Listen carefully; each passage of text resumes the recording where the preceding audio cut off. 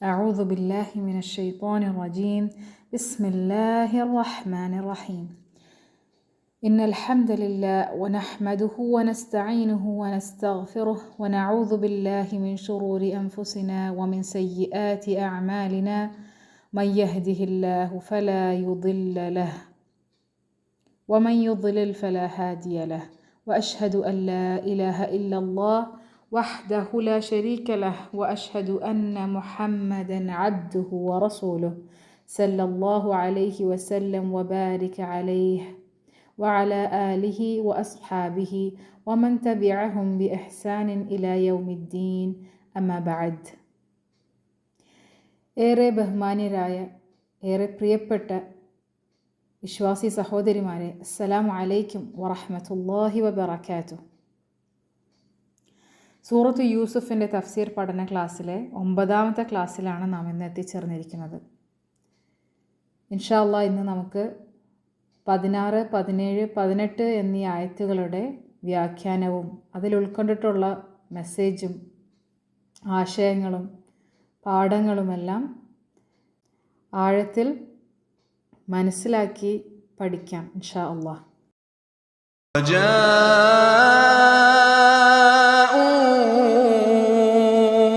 أباهم عشاء يبكون قالوا يا أبانا إنا ذهبنا نستبق وتركنا يوسف عند متاعنا فأكله الذئب وما أنت بمؤمن لنا ولو كنا صادقين. കഴിഞ്ഞ ക്ലാസ്സിൽ നമ്മൾ മനസ്സിലാക്കിയതുപോലെ യൂസുഫ് അലൈഹിസ്സലാമിൻ്റെ സഹോദരന്മാർ അങ്ങനെ വാപ്പാടിൽ നിന്ന് ആ സമ്മതം വാങ്ങി യൂസുഫ് അലൈഹിസ്സലാമിനെ അതിക്രൂരമായി ആ കിണറ്റിൻ്റെ അടിത്തട്ടിലേക്ക് എറിഞ്ഞുകൊണ്ട് അവിടെ അവർ യൂസുഫ് അലൈഹിസ്സലാമിനെ ഉപേക്ഷിച്ചുകൊണ്ട് അവർ തിരിച്ച് മടങ്ങുന്നതായിട്ടല്ലേ. യൂസുഫ് അലൈഹിസ്സലാം തികച്ചും ഒറ്റപ്പെട്ട ഒരവസ്ഥയിലും വളരെ ഭീതി ഉണർത്തുന്ന ഇരുട്ടുള്ള ഒറ്റപ്പെടലിൻ്റെ അവസ്ഥയിലായിരിക്കുമ്പോഴും അല്ലാഹു സുബ്ഹാനഹു വ തആലയുടെ കാരുണ്യവും അള്ളാഹുവിൽ നിന്നുള്ള സഹായവും അള്ളാഹുവിൽ നിന്നുള്ള മാർഗനിർദ്ദേശവും എല്ലാം ലഭിക്കുന്നതായിട്ട് നമുക്ക് കാണാൻ കഴിയും അല്ലേ. അതിൽ നിന്ന് നമ്മൾ ഒരുപാട് പാഠങ്ങൾ ഉൾക്കൊണ്ടു, ഒരുപാട് കാര്യങ്ങൾ നമുക്ക് പഠിക്കാൻ കഴിഞ്ഞു അല്ലേ. അള്ളാഹുവിൻ്റെ കാരുണ്യത്തെക്കുറിച്ചും ഖുർആൻ്റെ ഭംഗിയെക്കുറിച്ചും സഹോദരന്മാരുടെ പശ്ചാത്താപത്തെക്കുറിച്ചും യൂസുഫ് അലൈഹിസ്സലാമിൻ്റെ ക്ഷമയെക്കുറിച്ചും എല്ലാം നമ്മൾ മനസ്സിലാക്കി. അങ്ങനെ ഈ കുറ്റകൃത്യം ചെയ്തതിന് ശേഷം സഹോദരന്മാർ വാപ്പ യാക്കൂബ് അലൈഹിസ്സലാമിൻ്റെ അടുക്കലേക്ക് ചെന്നിട്ട് അവതരിപ്പിക്കുന്ന ഒരു നാടകം ആണ് നമ്മൾ ഇനി കാണാൻ പോകുന്നത്. ഈ 2 ആയത്തിലൂടെ 16, 17. വജാഉ ആബാഹും ഇശാഅൻ യബ്കൂൻ. അവർ വൈകുന്നേരം അല്ലെങ്കിൽ രാത്രിയായപ്പോൾ അവരുടെ പിതാവിൻ്റെ അടുക്കൽ കരഞ്ഞുകൊണ്ട് വരികയും ചെയ്തു.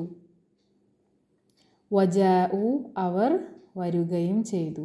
ആബാഹും അവരുടെ പിതാവിങ്കൽ അല്ലെങ്കിൽ വാപ്പയുടെ അടുത്ത്. ഇശാഅൻ വൈകുന്നേരം അല്ലെങ്കിൽ രാത്രി. യബ്കൂൻ അവർ കരഞ്ഞുകൊണ്ട്.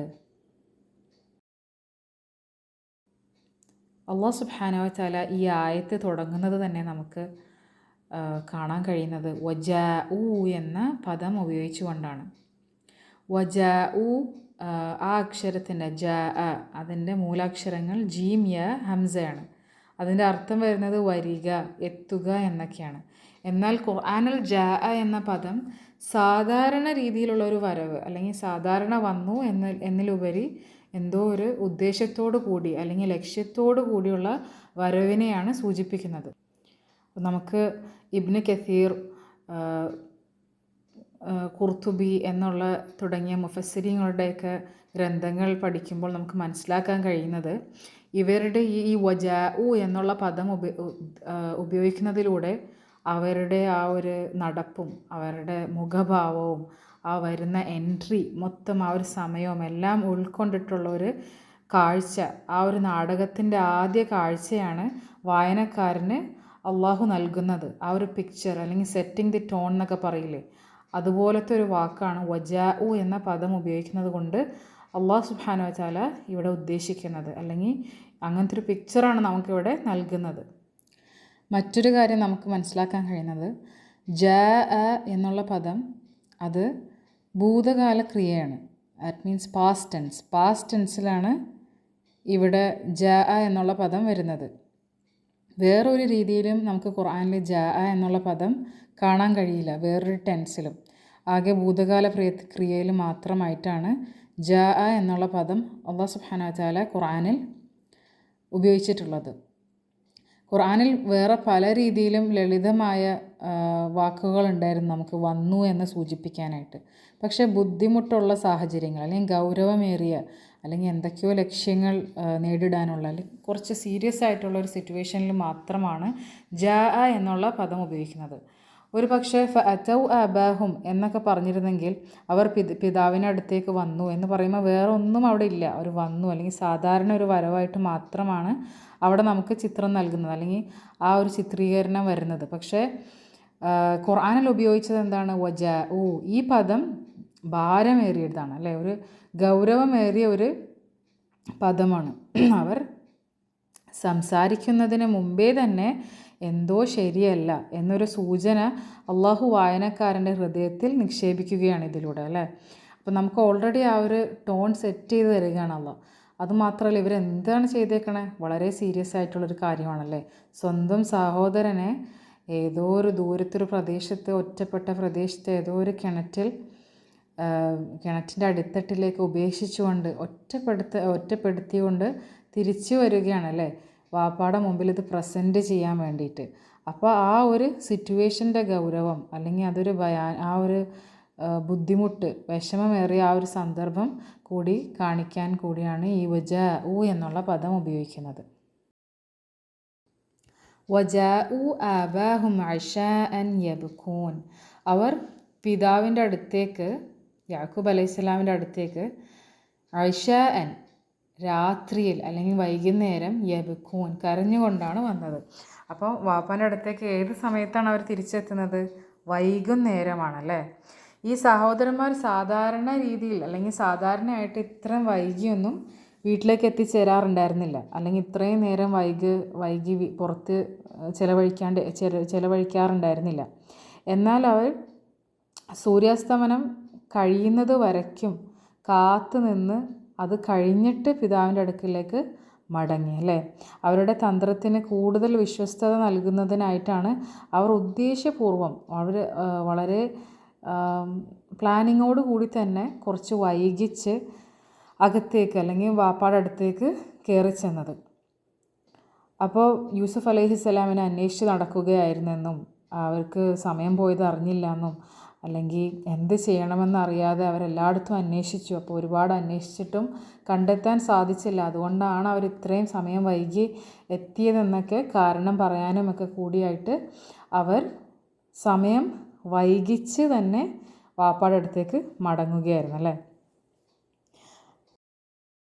ഖുർആനിലൂടെ തന്നെ സൂറത്തു നബയിൽ 10ാമത്തെ ആയത്തിൽ അല്ലാഹു സുബ്ഹാനഹു വ തആല രാത്രിയെക്കുറിച്ച് പറയുന്നത് എങ്ങനെയാണ്? വജഅൽനൽ ലൈല ലിബാസ. നാം രാത്രിയെ നിങ്ങൾക്കൊരു വസ്ത്രമാക്കിയിരിക്കുന്നു എന്നാണ് അല്ലാഹു സുബ്ഹാനഹു വ തആല പറയുന്നത്. എന്താണ് ഈ വസ്ത്രം? നമ്മളെന്തിനാണ് വസ്ത്രം ഉപയോഗിക്കുന്നത്? നമ്മളെ മൂടാനല്ലേ, നമ്മളെ മറയ്ക്കാൻ അല്ലെങ്കിൽ നമുക്ക് സംരക്ഷണം നൽകാൻ, നമ്മുടെ ശരീരത്തിൻ്റെ കുറവുകളും ന്യൂനതകളുമൊക്കെ മറച്ചു വെക്കാനല്ലേ. ചില സമയത്ത് എന്തിനാണ്? തിരിച്ചറിയാണ്ടിരിക്കാൻ അല്ലെങ്കിൽ ഒളിപ്പിച്ചു വെക്കാനുമൊക്കെ ആയിട്ടും നമ്മൾ വസ്ത്രം ഉപയോഗിക്കുന്നതാണല്ലേ. പക്ഷേ ഖുർആൻ രാത്രി വസ്ത്രത്തോട് ഉപമിക്കുമ്പോൾ അല്ലെങ്കിൽ കമ്പാരിസൺ നടത്തുമ്പോൾ അത് വെറും ഒരു വിശ്രമത്തിൻ്റെ കുറിച്ചല്ല പറയുന്നത്, മറിച്ച് എന്താണ് പറയുന്നത്? മറച്ചു വെക്കലിൻ്റെയും സ്വഭാവം കൂടിയാണ് നമുക്ക് അതിലൂടെ ചൂണ്ടിക്കാണിക്കുന്നത് അല്ലേ. അപ്പോൾ ഈ ഒരു ആയത്തിൽ നമ്മൾ നോക്കുകയാണെങ്കിൽ തന്നെ അവർ പിതാവിൻ്റെ അടുത്തേക്ക് രാത്രിയിൽ കരഞ്ഞുകൊണ്ടാണ് വന്നത്. അപ്പോൾ ഖുർആൻ വളരെ കൃത്യമായി ഐഷാഅൻ രാത്രി എന്ന് തന്നെയാണ് പറയുന്നത്. എന്തുകൊണ്ടായിരിക്കും അത്? വിശദാംശങ്ങളൊക്കെ നമുക്ക് മറച്ചു വെക്കാൻ കഴിയും അല്ലേ രാത്രിയാകുമ്പോൾ. അല്ലെങ്കിൽ മുഖഭാവങ്ങളൊന്നും വ്യക്തമായി കാണാൻ കഴിയില്ല രാത്രിയാവുമ്പോൾ. ഇരുട്ട് കാരണം എന്താണ് അവരുടെ ഫേഷ്യൽ എക്സ്പ്രഷൻസ് എന്നൊന്നും വളരെ ക്ലിയർ ആയിട്ട് കാണില്ല. ഒരുപാട് ചോദ്യങ്ങളൊന്നും ചോദിക്കാനുള്ള സമയമില്ല.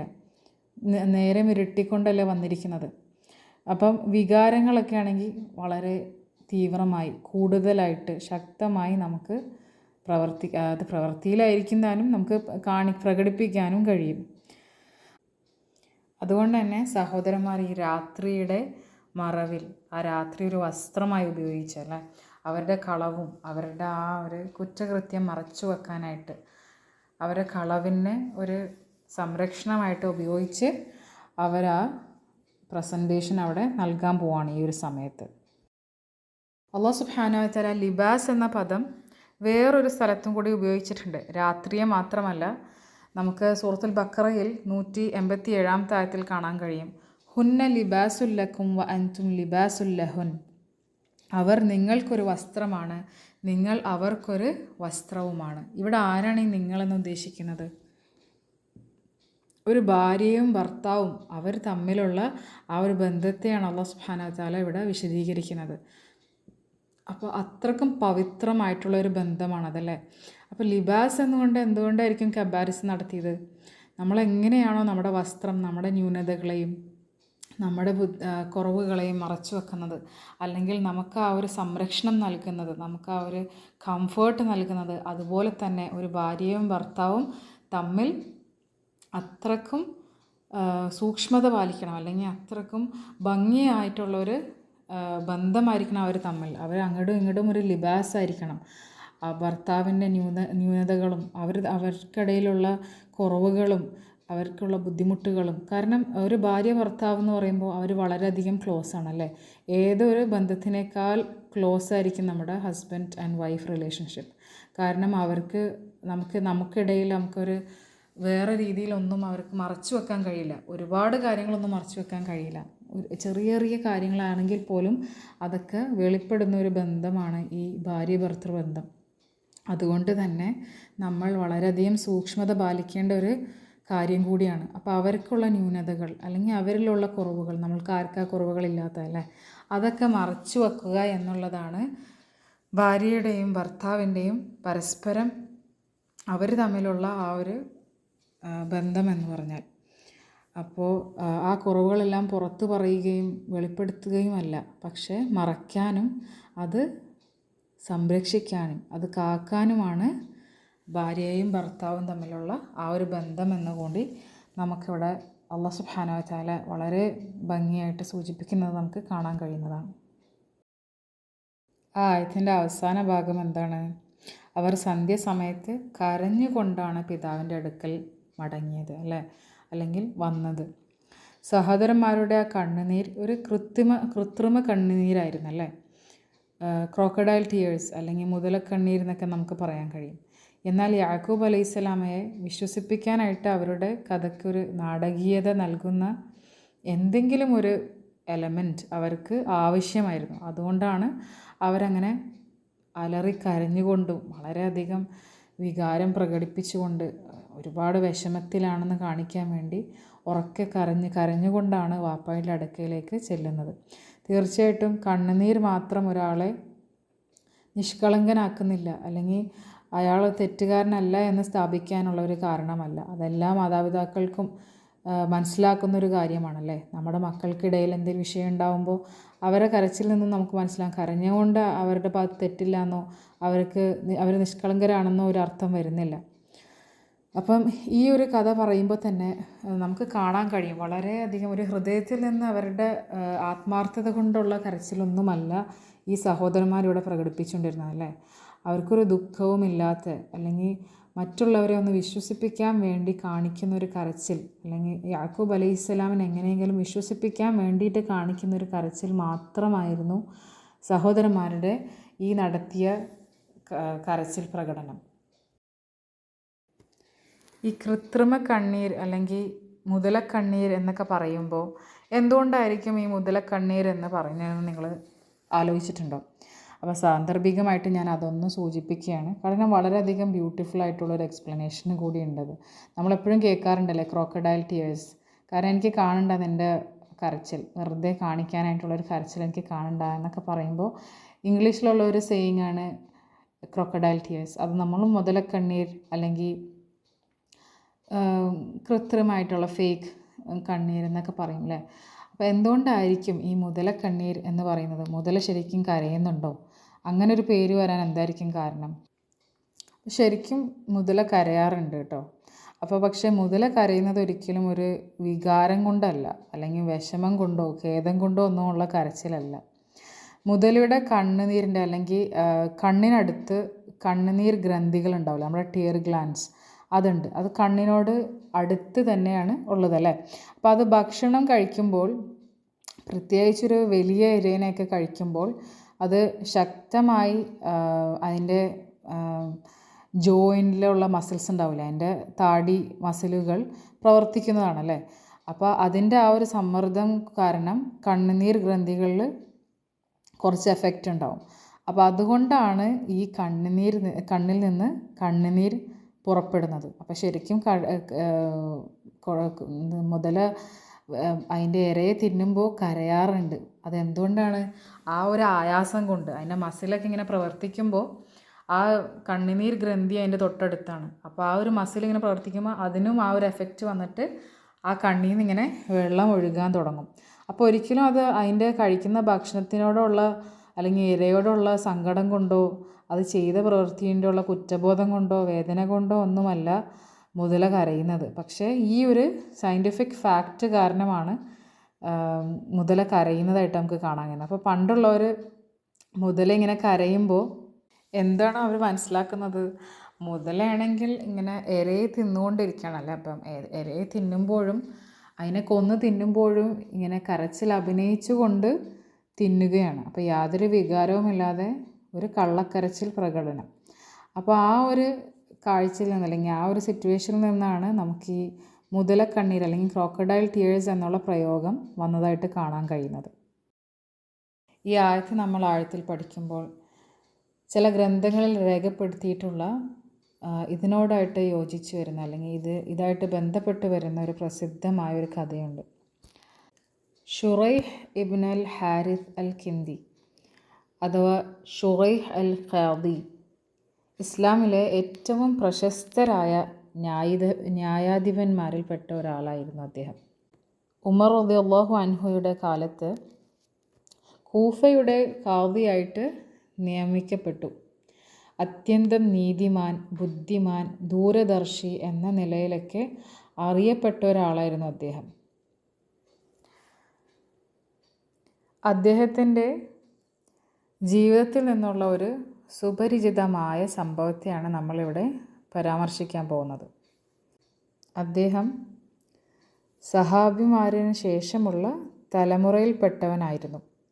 അദ്ദേഹത്തിൻ്റെ ജീവിതത്തെക്കുറിച്ച് നിരവധി കഥകൾ റിവായത്ത് ചെയ്യപ്പെട്ടിട്ടുമുണ്ട്. ഒരിക്കൽ ഒരു സ്ത്രീ തനിക്കെതിരായ ഒരു ആരോപണത്തെക്കുറിച്ച് പരാതി പറഞ്ഞുകൊണ്ട് അത്യന്തം കരഞ്ഞുകൊണ്ട് ഷുറൈഹിൻ്റെ അടുക്കൽ വന്നു. തൻ്റെ ജീവിതത്തിൽ നേരിട്ട അന്യായവും വേദനയും അവൾ കണ്ണുനീരിലൂടെ തന്നെ അവതരിപ്പിച്ചു. കോടതിയിലുണ്ടായിരുന്നവർ അവളുടെ അവസ്ഥ കണ്ട് ദയ തോന്നി. ചിലരുടെ ഹൃദയം മൃദുവായി, ചിലരുടെ കണ്ണൊക്കെ നിറഞ്ഞു. അവളുടെ കരച്ചിൽ കേട്ടാൽ അവൾ തീർച്ചയായും പീഡിതയാണെന്ന് തോന്നുമായിരുന്നു. അവളുടെ ഭാഗത്താണ് ന്യായമെന്ന് തോന്നുമായിരുന്നു.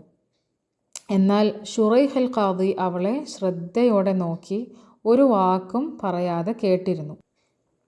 ആ സ്ത്രീയുടെ ഉഗ്രമായ കരച്ചിലിനിടയിലും ഷുറൈഹിന് യാതൊരു വികാരവുമില്ലാത്ത രീതിയിലായിരുന്നു ഉണ്ടായിരുന്നത്. ആ സ്ത്രീയുടെ ഭാഗം കേട്ടതിന് ശേഷം അദ്ദേഹം കേസിൻ്റെ മറുവശം കേട്ടു. അവിടെ അവതരിപ്പിച്ച തെളിവുകൾ വ്യക്തമുള്ളതും ഉറപ്പുള്ളതുമായിരുന്നു. ഷുറൈഹൽ ഖാദി എല്ലാ വികാരങ്ങളും വച്ചൊഴിഞ്ഞ് ലഭ്യമായ തെളിവുകളുടെ അടിസ്ഥാനത്തിൽ വിധി പ്രസ്താവിച്ചു. ആ വിധി ആ സ്ത്രീയുടെ പക്ഷത്തിലായിരുന്നില്ല. കോടതി പിരിഞ്ഞപ്പോൾ ചിലർക്ക് അത്ഭുതം തോന്നി. ഇത്രയും കരഞ്ഞിട്ടും അവൾക്ക് അനുകൂലമായ ഒരു വിധി ലഭിച്ചില്ലല്ലോ എന്നവർ ചിന്തിച്ചു. എന്തുകൊണ്ട് ഇത്രയും കരഞ്ഞിട്ടും ഇങ്ങനത്തെ ഒരു വിധി പ്രഖ്യാപിച്ചു? അല്ലെങ്കിൽ എന്തുകൊണ്ട് അതൊരിക്കലും ഷുറൈഹൽ ഖാദിയെ ബാധിച്ചില്ല, അല്ലെങ്കിൽ അതൊട്ടും ഏറ്റില്ല എന്ന് ചിന്തിച്ചുകൊണ്ട്, അല്ലെങ്കിൽ അത് എന്തുകൊണ്ടായിരിക്കും എന്നുള്ള ക്യൂരിയോസിറ്റിയോട് കൂടി അദ്ദേഹത്തിൻ്റെ ശിഷ്യന്മാർ അദ്ദേഹത്തിൻ്റെ അടുത്തേക്ക് ചെന്ന് ചോദിച്ചു, യാ ഷെയ്ഖേ, നിങ്ങൾക്ക് അവളോട് കുറച്ചെങ്കിലും സഹാനുഭൂതി കാണിക്കാമായിരുന്നില്ലേ? അവൾ കരഞ്ഞലറിക്കൊണ്ടല്ലായിരുന്നു എല്ലാം പറഞ്ഞത്. ഒരുപക്ഷെ അവൾക്ക് അനീതി സംഭവിച്ചിരുന്നേക്കാം. അതിനുശേഷം ഷുറൈഹ് മറുപടി നൽകി, യൂസുഫിൻ്റെ സഹോദരന്മാരും കരഞ്ഞും അലറിയും തന്നെയാണ് വന്നത്. എന്നാൽ തെറ്റ് ചെയ്തത് അവരായിരുന്നു. ഞങ്ങൾ വിധി പറയുന്നത് വികാരത്തിൻ്റെ അടിസ്ഥാനത്തിലല്ല, വസ്തുതകളുടെ അടിസ്ഥാനത്തിലാണ്. നമുക്ക് കാണാൻ കഴിയും, ആ കേസിൽ ആ സ്ത്രീ തന്നെയായിരുന്നു കുറ്റക്കാരി എന്ന് തെളിയിക്കപ്പെടുകയും ചെയ്തു അല്ലേ. പിന്നീട് കൂഫയിൽ ഈ ഒരു കേസ് വളരെയധികം പ്രസിദ്ധമാവുകയും ആ ഒരു സ്ത്രീൻ്റെ കേസ് എന്നുള്ള രീതിയിലല്ല, നീതി എങ്ങനെയാണ് പുലർത്തേണ്ടത്, അല്ലെങ്കിൽ ശരിയായ രീതിയിൽ എങ്ങനെ നീതി പ്രവർത്തിക്കണം എന്നുള്ളൊരു വലിയ പാഠമായിട്ടായിരുന്നു അവിടെ ആ ഒരു കേസ് അറിയപ്പെട്ടത്. ഇങ്ങനെ ഒരുപാട് കഥകളുണ്ട് നമ്മൾ ഷുറൈഹൽ ഖാദിയെ പറ്റി പഠിക്കുമ്പോൾ.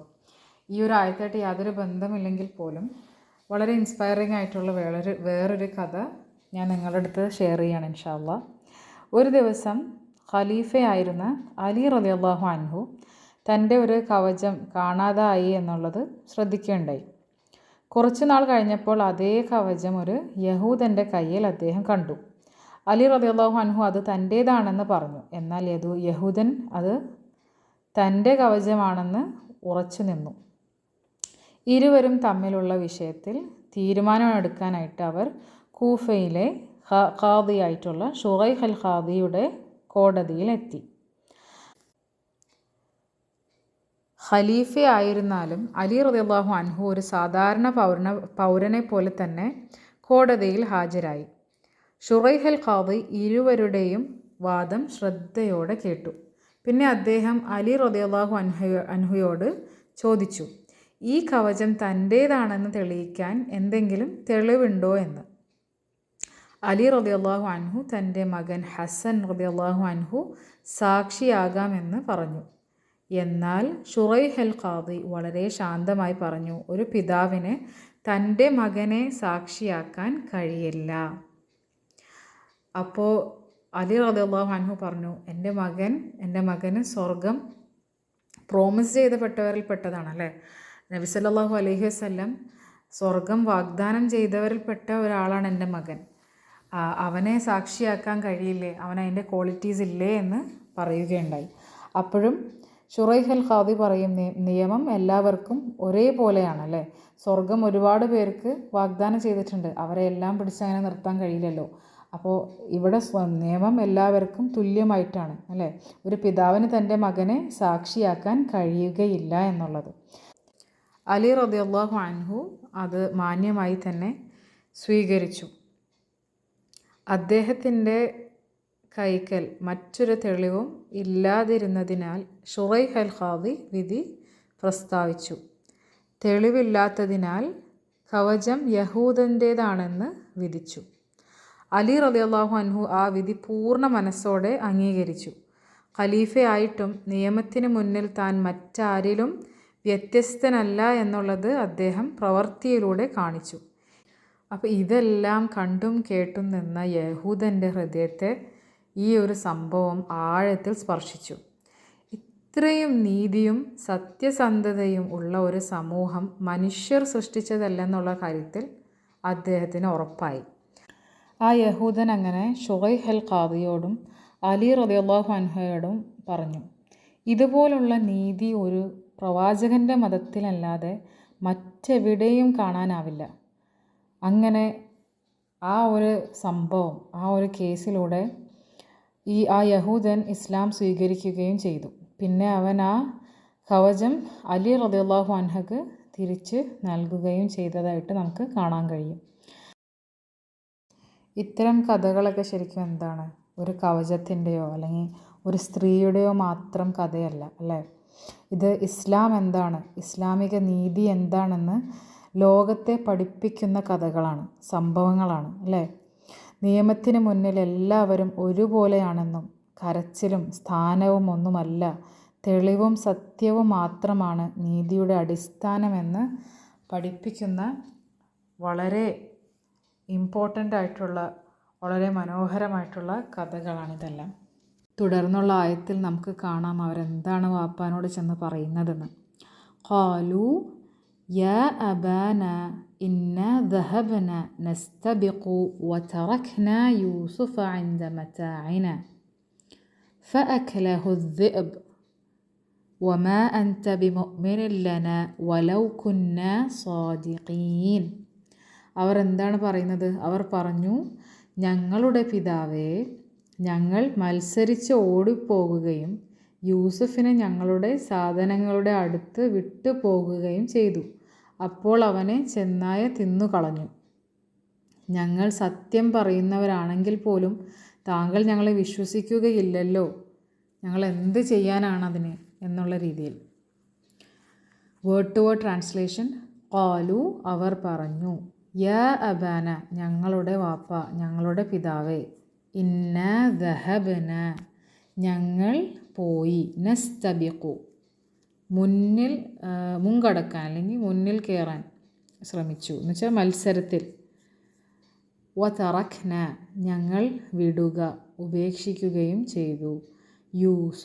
യൂസുഫിനെ ഇൻദ മതാഇന ഞങ്ങളുടെ സാധനങ്ങളുടെ അരികിൽ, അല്ലെങ്കിൽ ഞങ്ങളുടെ സാമാനത്തിൻ്റെ വിഭവങ്ങളുടെ അടുക്കൽ. ഫഅഖലഹു അപ്പോൾ അങ്ങനെ അവനെ തിന്നു. അദ്ദിഅബു ചെന്നായ.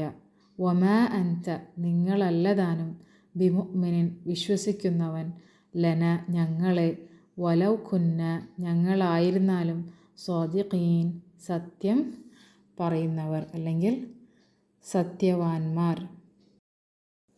ഈ ഒരു ആയത്തിൽ നമുക്ക് കാണാൻ കഴിയും ഖാലു യാ അബാന ഇന്നാ ദഹബന നസ്തബിഖു. അപ്പോൾ അവരെന്താണ് ഇവിടെ ഒരു കാരണമായിട്ട് പറയുന്നത്? നസ്തബിഖു എന്നുള്ള വാക്കാണ് അവർ ഉപയോഗിക്കുന്നത് അല്ലേ. നസ്തബിഖു എന്നുള്ള വാക്കിൻ്റെ അർത്ഥം വരുന്നത്, അല്ലെങ്കിൽ അതിൻ്റെ മൂലപദം സബഖ എന്നുള്ള അക്ഷരങ്ങളിൽ നിന്നാണ്, ആ ഒരു പദത്തിൽ നിന്നാണ്. അപ്പോൾ അതിൻ്റെ അർത്ഥം എന്താണ്? മുന്നോട്ട് പോവുക, മറികടക്കുക, മത്സരിക്കുക, ഓടിപ്പിടിച്ച് മുന്നിലെത്തുക എന്നൊക്കെയാണ് അതിൻ്റെ അർത്ഥം വരുന്നത്. അപ്പോൾ അവർ ഓട്ട മത്സരം നടത്തുകയായിരുന്നു എന്നാണ് അവരോട് ഉദ്ദേശിക്കുന്നത്. അവർ തമ്മിൽ ഓടിക്കളിക്കുകയായിരുന്നു, ഓടി മത്സരിക്കുകയായിരുന്നു. നമുക്ക് ഇതേ സെയിം സിമിലർ ആയിട്ടുള്ള പാറ്റേണിൽ സബഖ എന്നുള്ള റൂട്ട് വേർഡിൽ നിന്ന് തന്നെ പല രീതിയിൽ ഈ നസ്തബിഖു എന്നുള്ള വാക്ക് തന്നെ വരുന്നതായിട്ട് കാണാൻ കഴിയും ഖുറാനിൽ പല സ്ഥലത്തും. ഈ സൂറത്തിൽ തന്നെ, സൂറ യൂസുഫിൽ തന്നെ 25-ാമത്തെ ആയത്തിൽ നമുക്ക് കാണാൻ കഴിയുന്നതാണ് വസ്തബഖൽ ബാബ്. അവർ ഡോറിൻ്റെ അടുത്തേക്ക്, വാതിലിലേക്ക് മത്സരിച്ചോടി എന്ന് കാണാൻ കഴിയും. പിന്നെ സൂറത്തുൽ ബഖറയിൽ 148-ാമത്തെ ആയത്തിൽ ഫസ്തബിഖുൽ ഖൈറാത്ത് എന്നുള്ള പ്രയോഗം നമുക്ക് കാണാൻ കഴിയും. അവിടെ എന്താണ് ഉദ്ദേശിക്കുന്നത്? ഖൈറാത്ത്, നല്ല കർമ്മങ്ങളിലേക്ക്, നന്മയിലേക്ക് മത്സരിക്കുക എന്നാണ് പറയുന്നത്.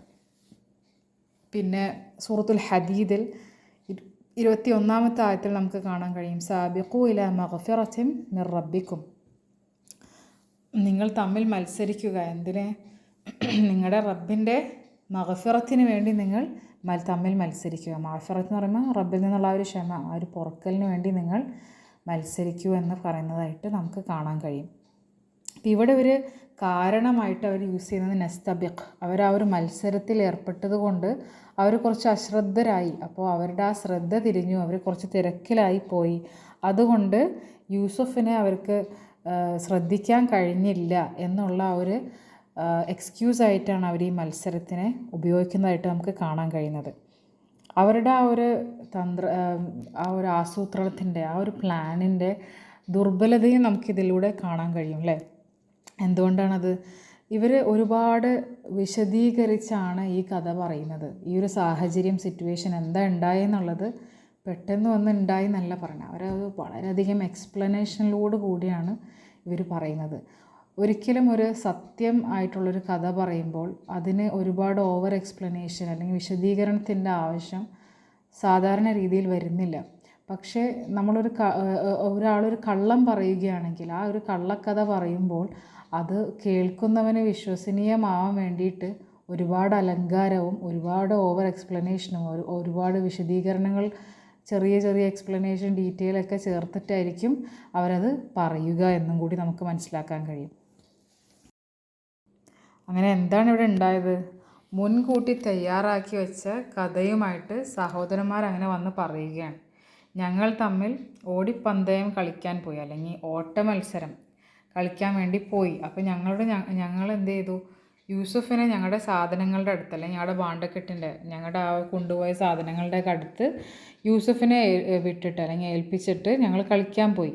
അപ്പോൾ ഒരു ചെന്നായ വന്ന് അവനെ തിന്നു കളഞ്ഞു എന്ന്. വളരെ ദുഃഖകരമായ ഒരു സിറ്റുവേഷൻ ക്രിയേറ്റ് ചെയ്ത് അങ്ങനെ പെട്ടെന്ന് അവർക്കൊന്നും ചെയ്യാൻ കഴിഞ്ഞില്ല. അവർ വളരെ നിസ്സഹായരായിരുന്നു. അങ്ങനെ യൂസുഫ് പെട്ടെന്ന് അപ്രത്യക്ഷനായി എന്നൊക്കെ ഉള്ളൊരു കഥ ചമയ്ക്കാനായിട്ട് അവരെന്താ ചെയ്തത്? അവരുടെ പിതാവിൻ്റെ വാക്കിൽ നിന്ന് തന്നെ മുമ്പ് ലഭിച്ചിരുന്ന അതേ കാര്യം, ആ ഒരു ഭയത്തിൻ്റെ മേൽ പറഞ്ഞ ആ ഒരു കാര്യം, അല്ലെങ്കിൽ ഒരു സൂക്ഷ്മതയ്ക്ക് വേണ്ടി പറഞ്ഞ കാര്യം തന്നെ, അതിൽ നിന്ന് തന്നെ അവർക്ക് ഇതൊരു കാരണമായി ഉപയോഗിക്കുന്നതായിട്ട് നമുക്ക് കാണാൻ കഴിയും. നമുക്ക് ആ ആയത്തിൻ്റെ ബാക്കി ഭാഗം നോക്കുമ്പോൾ വമാ അൻത ബിമുഅ്മിനിൻ ലനാ വലൗ കുന്നാ സാദിഖീൻ എന്നവർ പറയുന്നതായിട്ട് കാണാം. അവർക്ക് തന്നെ ആ കഥ കുറച്ചൊക്കെ അവിശ്വസനീയമായിട്ട്, അല്ലെങ്കിൽ വിശ്വസിക്കാൻ ഒരു ബുദ്ധിമുട്ടുള്ളതുപോലെ അവർക്ക് തന്നെ തോന്നിയിട്ടുണ്ടാവാം. അതുകൊണ്ടായിരിക്കുമല്ലോ അവരങ്ങനെ കൂട്ടിച്ചേർത്ത് പറഞ്ഞത്. ഞങ്ങൾ എത്ര സത്യസന്ധരായാലും നിങ്ങൾ ഞങ്ങളെ വിശ്വസിക്കില്ലല്ലോ എന്നുള്ള രീതിയിൽ. അപ്പോൾ ഈ സംഭവ വിവരണങ്ങളൊക്കെ വാപ്പാനോട് പറഞ്ഞാൽ അവിശ്വസനീയമായി തോന്നുമെന്ന കാര്യം അവർക്ക് തന്നെ ബോധ്യമുണ്ടായിരുന്നു. എന്നിരുന്നാലും ഞങ്ങൾ പൂർണ്ണമായിട്ടും സത്യമാണ് പറയുന്നതെന്ന് അവർ ഉറപ്പിച്ച് പറയുകയുമാണ്. ചില കാര്യങ്ങൾ നമ്മുടെ ജീവിതത്തിൽ അങ്ങനെയാണല്ലേ. ഓരോ സിറ്റുവേഷനിലൊക്കെ ചില ആൾക്കാർ ഓരോ കാര്യങ്ങൾ പറയും, അല്ലെങ്കിൽ നമുക്ക് എന്തെങ്കിലും കേൾക്കുകയൊക്കെ ചെയ്യുമ്പോൾ ആ കാര്യങ്ങൾ അത്രയും അവിശ്വസനീയമായിരിക്കും. അത് ചിരിക്കണോ കരയണോ എന്നുള്ള പോലും നമുക്കറിയില്ലാത്തൊരവസ്ഥയായിരിക്കും. അതുപോലത്തെ ഒരു അവസ്ഥയാണ് ഇവിടെ ഇവർ സൃഷ്ടിക്കുന്നത് അല്ലേ. ഇവർ ഓട്ടമത്സരം നടത്തി. അപ്പോൾ യൂസുഫിനെ സാധനങ്ങളുടെ അടുത്ത് ഏൽപ്പിച്ചുകൊണ്ട് ഞങ്ങൾ ഓട്ടമത്സരത്തിന് പോയി. ഞങ്ങളങ്ങനെ പോയി ശ്രദ്ധരായപ്പോൾ തിരിച്ചു വന്നപ്പോൾ യൂസുഫിനെ കാണാനില്ല, ചെന്നായ പിടിച്ച് തിന്നു എന്നാണ് അവർ പറയുന്നത്. അവർ തന്നെ അവസാനം എന്നിട്ട് പറയുന്നുണ്ട്, മുമ്പേ തൊട്ട് അവൻ്റെ കാര്യത്തിൽ ഞങ്ങളെ വാപ്പാക്കൊരു വിശ്വാസവുമില്ല. അപ്പോൾ അങ്ങനത്തെ ഞങ്ങളിപ്പോൾ സത്യം പറഞ്ഞാലും നിങ്ങളെങ്ങനെ വിശ്വസിക്കും? ഞങ്ങൾ എന്ത് ചെയ്യാനാ എന്നുള്ള രീതിയിലാണ് അവർ പറയുന്നതെല്ലാം.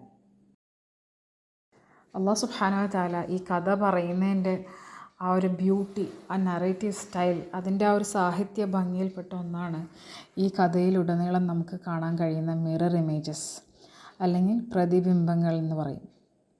ഖുർആനിലെ സൂക്ഷ്മമായ സമാന്തരത അല്ലെങ്കിൽ സാമ്യമായ കാര്യങ്ങൾ, സിറ്റുവേഷൻസ് നമുക്ക് കാണാൻ കഴിയും. ഫോർ എക്സാമ്പിൾ പറയുകയാണെങ്കിൽ ആദ്യം നമുക്ക് യാക്കൂബ് അലൈഹിസ്സലാമിൻ്റെ ഭയം പ്രകടിപ്പിക്കുന്നത് കാണാൻ കഴിയുമല്ലേ. നിങ്ങളെങ്ങാനും അശ്രദ്ധരാകുമ്പോൾ യൂസുഫിനെ വല്ല ചെന്നായം പിടിച്ചു കൊണ്ടുപോയാലോ എന്നുള്ള ആ ഒരു ഭയം, അത് പിന്നീട് നമുക്ക് ഇപ്പോൾ പഠിച്ച ആയത്തിൽ തന്നെ കാണാൻ കഴിയും. ഈ സഹോദരന്മാർ അതേ ഭയത്തെ ഉപയോഗിച്ചുകൊണ്ട് ഇവർ കാരണമാക്കി തീർക്കുന്നത് അല്ലേ. അതുപോലെ തന്നെ അവർ ആദ്യം നിഷേധിക്കുന്നത്, അവർ പറയില്ല വാപ്പാനോട്, ഞങ്ങളൊരു ഒസ്ബയാണ്, ഞങ്ങളൊരു ശക്തമായ സംഘമാണ്, ഞങ്ങളിരിക്കെ യൂസുഫിന് എന്തെങ്കിലും പരിക്ക് പറ്റിക്കഴിഞ്ഞു കഴിഞ്ഞാൽ അത് ആരായിരിക്കും നഷ്ടക്കാരൻ? ഞങ്ങളല്ലേ നഷ്ടക്കാരൻ, ഞങ്ങൾ പിന്നെ ഇങ്ങനെ ഇരുന്നിട്ട് എന്ത് കാര്യം എന്നൊക്കെ അവർ വലിയ വീമ്പിളക്കുന്നതായിട്ട് നമുക്ക് ആദ്യം കാണാൻ കഴിയും അല്ലേ. പിന്നീട് എന്താ ഉണ്ടാവുക? അവർ തന്നെ യഥാർത്ഥത്തിൽ എല്ലാ രീതിയിലും നഷ്ടക്കാരായി തീരുകയും ചെയ്യും അല്ലേ. കള്ളമായി പറഞ്ഞത് സത്യമായി തിരിച്ചു വന്നു എന്ന് പറഞ്ഞാൽ, പക്ഷെ അന്ന് വിശ്വാസം നഷ്ടപ്പെട്ടിരുന്നു. ഇവരിവിടെ ഈ ആയത്തിൽ പറയുന്നുണ്ട് അല്ലേ, ഞങ്ങൾ എത്ര സത്യസന്ധരായാലും ഞങ്ങൾ എന്തൊക്കെ പറഞ്ഞാലും വാപ്പ എന്തായാലും ഞങ്ങളെ വിശ്വസിക്കാൻ പോകുന്നില്ല എന്നിവർ പറയുന്നതായിട്ട് നമുക്ക് കാണാൻ കഴിയും.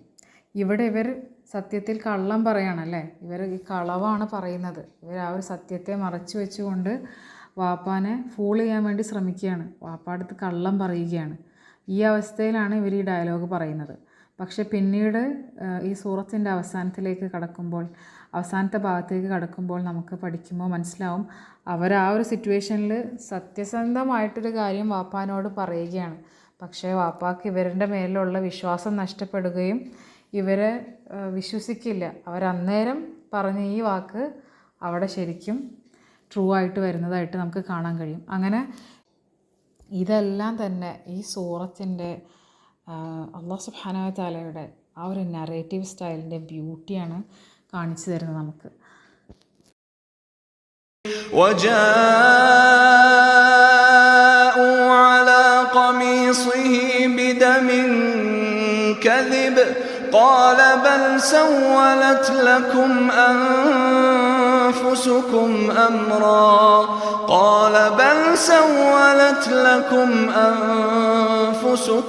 أمرا فصبر جميل والله المستعان على ما تصفون. وجاءوا على قميصه بدم كذب قال بل سولت لكم أنفسكم أمرا فصبر جميل والله المستعان على ما تصفون. അവർ അദ്ദേഹത്തിൻ്റെ കുപ്പായത്തിന്മേൽ കള്ളച്ചോരയുമായാണ് വന്നത്. ആരുടെ കുപ്പായത്തിൻ്റെ? യൂസുഫിൻ്റെ കുപ്പായത്തിൻ്റെ മേൽ കള്ളച്ചോരയുമായാണ് വന്നത്.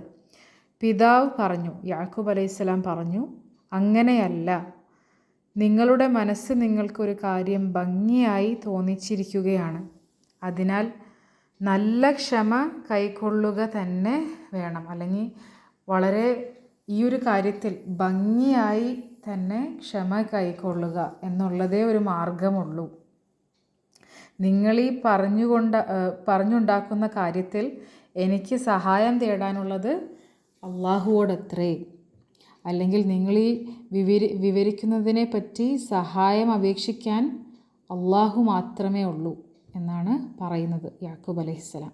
വേർഡ് ടു വേർഡ് ട്രാൻസ്ലേഷൻ, വജാഉ അവർ വരുകയും ചെയ്തു, അല ഖമീസിഹി അദ്ദേഹത്തിൻ്റെ കുപ്പായത്തിന്മേൽ, ബിദമിൻ ഒരു രക്തവും ചോരയും കൊണ്ട്, കെദിബ് വ്യാജമായ കളവായ, ഖാല അദ്ദേഹം പറഞ്ഞു, ബൽ പക്ഷേ, എന്നാൽ, എങ്കിലും,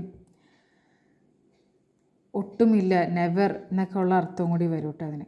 സവ്വലത്ത് ഭംഗിയാക്കി തോന്നിച്ച് തന്നിരിക്കുന്നു, ലക്കും നിങ്ങൾക്ക്, അൻഫുസുക്കും നിങ്ങളുടെ നഫ്സുകൾ, നിങ്ങളുടെ സ്വന്തങ്ങൾ അല്ലെങ്കിൽ മനസ്സുകൾ, ഇച്ഛകൾ, അമറൻ ഒരു കാര്യം, ഫസബറുൻ ഇനി ക്ഷമ, ജമീലുൻ ഭംഗിയായി നല്ലതായി, വല്ലാഹു അള്ളാഹു അത്രേ, അൽ മുസ്തആൻ സഹായമർത്ഥിക്കപ്പെടുന്നവൻ, അല മാ തസിഫൂൻ നിങ്ങൾ വിവരിക്കുന്ന വർണ്ണിക്കുന്നതിനെ പറ്റി. വജാഉ അല ഖമീസിഹി ബിദമിൻ കദിബ് അവരെന്തായിട്ടാണ് വന്നത്? ഖമീസിഹി അല്ലേ, യൂസുഫ് അലൈഹിസ്സലാമിൻ്റെ ഉടുപ്പായിട്ട്, കുപ്പായമായിട്ട്, ഷർട്ടായിട്ടാണ് തിരിച്ചു വരുന്നത്. പക്ഷെ ഷർട്ടിൽ എന്ത് പുരട്ടിയിട്ടുണ്ടായിരുന്നു? ബിദമിൻ കദിബ് കള്ളച്ചോര കൊണ്ട് അല്ലേ. എന്ന് വെച്ചിട്ടുണ്ടെങ്കിൽ അത് ശരിക്കും യൂസുഫ് അലൈഹിസ്സലാമിൻ്റെ ചോരയല്ല, പകരം എന്തോ ഒരു ജീവിനെ, ആടിനോ എന്തിനോ മറ്റോ കൊന്നിട്ട് അതിൻ്റെ ചോര മൊത്തം ഇതിൽ പുരട്ടിയ രീതിയിലായിരുന്നു തിരിച്ച് യാക്കൂബ് അലൈഹിസ്സലാമിൻ്റെ അടുക്കൽ ഇവരൊരു തെളിവായിട്ട് കൊണ്ടുവന്നത്. അപ്പോൾ നമുക്ക് എന്താ ഇവിടെ കാണാൻ കഴിയുന്നത്? അവരൊരു പക്ഷേ യൂസുഫ് അലൈഹിസ്സലാമിനെ ആ കിണറ്റിൽ നിക്ഷേപിക്കുന്നതിന് മുന്നേ യൂസുഫ് അലൈഹിസ്സലാമിൻ്റെ ഷർട്ടെല്ലാം ഊരിയെടുത്തിട്ടുണ്ടാവും അല്ലേ. അതുകൊണ്ടാണല്ലോ ഈ ഷർട്ട് തിരിച്ചു കൊണ്ടുവരുന്നത്. അവർ നേരത്തെ മറ്റേ ആയത്തിൽ തന്നെ 17-ാമത്തെ ആയത്തിൽ അവർ പറയുന്നുണ്ട് അതിൻ്റെ അവസാനത്തെ ഭാഗത്തല്ലേ, വമാ അൻത ബിമുഅ്മിനിൻ ലനാ വലൗ കുന്ന സാദിഖീൻ എന്ന്. ഞങ്ങൾ സത്യം പറയുന്നവരാണെങ്കിൽ പോലും വാപ്പ ഞങ്ങളെ വിശ്വസിക്കില്ലല്ലോ, പിന്നെ ഞങ്ങൾ എന്ത് ചെയ്യുമെന്ന് പറയുന്നുണ്ടല്ലോ. അപ്പോൾ അവർക്ക് തന്നെ അവരാ പറഞ്ഞ കഥ മൊത്തം ഒരു അവിശ്വസനീയമായിട്ട് അല്ലെങ്കിൽ വിശ്വസിക്കാൻ കുറച്ച് ബുദ്ധിമുട്ടുള്ളൊരു കാര്യമായിട്ട് അവർക്ക് തന്നെ തോന്നിയതുകൊണ്ടായിരിക്കാം അവരതൊന്നും കൂടി ശക്തിപ്പെടുത്താനായിട്ട് യൂസുഫ് അലൈഹിസ്സലാമിൻ്റെ ആ ഒരു ഷർട്ട് കൂടി കൊണ്ടുവരാമെന്ന് തീരുമാനിച്ചത്. അവർ അവൻ്റെ കുപ്പായവുമായി കള്ളരക്തം പുരട്ടിക്കൊണ്ട് വന്നു. അപ്പോൾ എന്താണ് യാക്കൂബ് അലൈഹിസ്സലാം പറഞ്ഞത്? അല്ല, തീർച്ചയായിട്ടുമല്ല, അല്ലെങ്കിൽ അങ്ങനെയല്ല, നിങ്ങളുടെ മനസ്സുകളാണ് നിങ്ങളെ ഒരു കാര്യത്തിലേക്ക് പ്രേരിപ്പിച്ചത്. അതിനാൽ എനിക്ക് സുന്ദരമായ ക്ഷമ മാത്രമേ ഉള്ളൂ, ഭംഗിയുള്ള ഒരു ക്ഷമ അവലംബിക്കുക എന്ന് മാത്രമേ ഒരു മാർഗമുള്ളൂ. നിങ്ങൾ പറയുന്ന കാര്യങ്ങൾ സഹിക്കുവാൻ ഞാൻ സഹായം തേടുന്നത് അള്ളാഹുവിനോടാണ് എന്ന് കൂട്ടിച്ചേർക്കുന്നതുമായിട്ട് നമുക്ക് കാണാൻ കഴിയുന്നതാണ്. യാക്കൂബ് അലൈഹിസ്സലാം അവരുടെ ആ ഒരു കെട്ടിച്ചമച്ച കഥ, ആ ഓട്ട മത്സരത്തിന് തമ്മിൽ ഓട്ട മത്സരം നടത്തിക്കൊണ്ടിരിക്കുമ്പോൾ യൂസുഫ് അലൈഹിസ്സലാമിനെ കാണാതായി എന്നൊക്കെയുള്ള ആ ഒരു കഥ, അത് അവിശ്വസനീയമായിരിക്കും അല്ലെങ്കിൽ വിശ്വസിക്കാൻ ബുദ്ധിമുട്ടുണ്ടാവുമെന്നുള്ളത് ഓൾറെഡി അവർക്ക് അറിയുന്നൊരു കാര്യമാണ്. അതുകൊണ്ട് തന്നെയാണ് അവരുടെ ആ ഒരു അവകാശവാദം ശക്തിപ്പെടുത്താനായിട്ട് അവർ തെളിവ് തയ്യാറാക്കിയത് അല്ലേ. അവർ കള്ളരക്തം പുരട്ടി അവൻ്റെ കുപ്പായം കൊണ്ടുവന്നു. ഇവിടെ ഈ ഒരു ആയത്തിൻ്റെ ഈ ഭാഗത്ത് തന്നെ നമുക്ക് വളരെയധികം മനോഹരമായിട്ടുള്ളൊരു അറബി ബലാഗത്ത് കാണാൻ കഴിയും. അറബി ഭാഷയിലെ ഒരു ഉപയോഗം, ഒരു പ്രയോഗം. വാക്കാർത്ഥത്തിൽ തന്നെ ഇവിടെ വരുന്ന ആ ആയത്തിൽ ബിദമിങ് കെദിബ് എന്ന് പറയുമ്പോൾ അത് വാക്കാർത്ഥത്തിൽ തന്നെ അതിൻ്റെ അർത്ഥം വരുന്നത് കള്ളം പറയുന്ന രക്തം എന്നാണ്. എന്നാൽ നമുക്ക് എല്ലാവർക്കും അറിയാം രക്തം കള്ളം പറയുന്നതല്ല അല്ലേ. അള്ളാഹു ആ രക്തത്തിന് തന്നെ ഇവിടെ കള്ളം എന്ന ഗുണം നൽകിയിരിക്കുന്നത് അത് യഥാർത്ഥ രക്തമല്ല എന്ന് സത്യത്തെ ശക്തമായി വെളിപ്പെടുത്താനാണെന്ന് നമുക്ക് കാണാൻ സാധിക്കും. അവർ യൂസുഫ് അലൈഹിസ്സലാമിൻ്റെ രക്തം പുരട്ടിയ കുപ്പായം കൊണ്ടുവന്നു, എന്നാൽ അത് അവൻ്റെ രക്തമല്ലായിരുന്നു എന്നുള്ള കാര്യം വ്യക്തമാക്കാനും അതൊന്നുകൂടി ശക്തിപ്പെടുത്താനാണ് ആ ഒരു പ്രയോഗം ഇവിടെ വന്നിരിക്കുന്നത്. ഇവിടെ ഈ സഹോദരന്മാർ തെളിവായിട്ട് കൊണ്ടുവന്ന കൃത്രിമ തെളിവ്, ആ ഒരു കള്ളരക്തം പുരട്ടിയ കുപ്പായം കൊണ്ടുവന്നപ്പോൾ അത് കണ്ട ഉടനെ തന്നെ യാക്കൂബ് അലൈഹിസ്സലാം പറയുകയാണ്, ബൽ ഖാല ബൽ, അദ്ദേഹം പറഞ്ഞു ബൽ, അതൊന്നുമല്ല. ബൽ എന്ന് പറഞ്ഞാൽ അല്ല എന്നുള്ളൊരു പദമാണ് വരുന്നത്. പക്ഷേ അതിന് അറബിയിൽ പറയുന്നത് ഹർഫുൽ ഇദ്റാബ് എന്ന് പറയും. ഹർഫുൽ ഇദ്റാബ് എന്താണ് ഉദ്ദേശിക്കുന്നത്? മുമ്പ് പറഞ്ഞതെല്ലാം പൂർണ്ണമായി നിഷേധിച്ച് അതിന് വിപരീതമായ സത്യത്തിലേക്ക് സംഭാഷണം തിരിക്കുന്ന ഒരു പദത്തിനെയാണ് ഹർഫുൽ ഇദ്റാബ് അല്ലെങ്കിൽ ബൽ എന്നുള്ള പദം അറബി ഭാഷയിൽ ഉപയോഗിക്കുന്നത്. അപ്പം ഇവിടെ യാക്കൂബ് അലൈഹിസ്സലാം ഉപയോഗിച്ചിരിക്കുന്നത് ആ ഒരു പദമാണല്ലേ. തീർച്ചയായിട്ടും അത് തികച്ചും അതെല്ലാം പറഞ്ഞതിനെ ഫുള്ളായിട്ട് നിഷേധിക്കുന്ന ഒരു പദം അല്ലേ. ബൽ, അതൊന്നുമല്ല എന്നാണ് പറയുന്നത്. സഹോദരന്മാർ പറഞ്ഞ കഥ പൂർണ്ണമായും കള്ളമാണെന്നും യഥാർത്ഥ സത്യം ഉടൻ വെളിപ്പെടുമെന്നും സൂചിപ്പിക്കാനാണ് ഖുർആൻ ഈ പദം ഇവിടെ ഉപയോഗിച്ചത്. യാക്കൂബ് അലൈഹിസ്സലാം അവർക്കുണ്ടെന്ന ആ ഒരു തെളിവ്, യൂസുഫ് അലൈഹിസ്സലാമിൻ്റെ കള്ളരക്തം പുരട്ടിയ ആ ഒരു കുപ്പായം കണ്ടതുടനെ യാക്കൂബ് അലൈഹിസ്സലാം പറഞ്ഞ മറുപടിയാണ് ബൽ അല്ലേ. ആ പറഞ്ഞ കാര്യങ്ങളെ എല്ലാത്തിനെയും നിഷേധിച്ചുകൊണ്ട് ബൽ എന്ന് പറഞ്ഞു, അതൊന്നുമല്ല. എന്നിട്ട് എന്താണ് യാക്കൂബ് അലൈഹിസ്സലാം കൂട്ടിച്ചേർത്ത് പറയുന്നത്? സവ്വലത് ലക്കും അൻഫുസുക്കും അംറാ. സവ്വലത്ത് എന്ന് പറഞ്ഞാൽ എന്താണ്? സീൻ വാവ് ലാം എന്നുള്ള മൂലാക്ഷരങ്ങളിൽ നിന്നാണ് സവ്വലത്ത് ഉത്ഭവിക്കുന്നത്. ഒരു തെറ്റായ കാര്യം നല്ലതായി തോന്നിപ്പിക്കുക, പാപത്തെ ലഘുവായി സ്വീകാര്യമായി അവതരിപ്പിക്കുക, സ്വന്തം മനസ്സിനെ തന്നെ വഞ്ചിച്ച് ന്യായീകരിക്കുക എന്നൊക്കെയാണ് ഈ ഒരു പദത്തിൻ്റെ അർത്ഥം വരുന്നത്. അപ്പോൾ ഇവിടെ എന്താണ് യാക്കൂബ് അലൈഹിസ്സലാം ഉദ്ദേശിക്കുന്നത്? നിങ്ങൾ എന്തോ ഒരു തെറ്റ് ചെയ്തിട്ടുണ്ട്, നിങ്ങൾ എന്തോ ഒരു തെറ്റായ പ്രവൃത്തി ചെയ്തിട്ടുണ്ട്. അത് നിങ്ങളുടെ നെഫ്സ്, നിങ്ങളുടെ മനസ്സ് തന്നെയാണ് നിങ്ങളെ ആ ഒരു കാര്യം ഭംഗിയായി കാണിക്കുകയും അതിലേക്ക് പ്രേരിപ്പിക്കുകയും ചെയ്തിരിക്കുന്നത് എന്നാണ് യാക്കൂബ് അലൈഹിസ്സലാം പറയുന്നത്.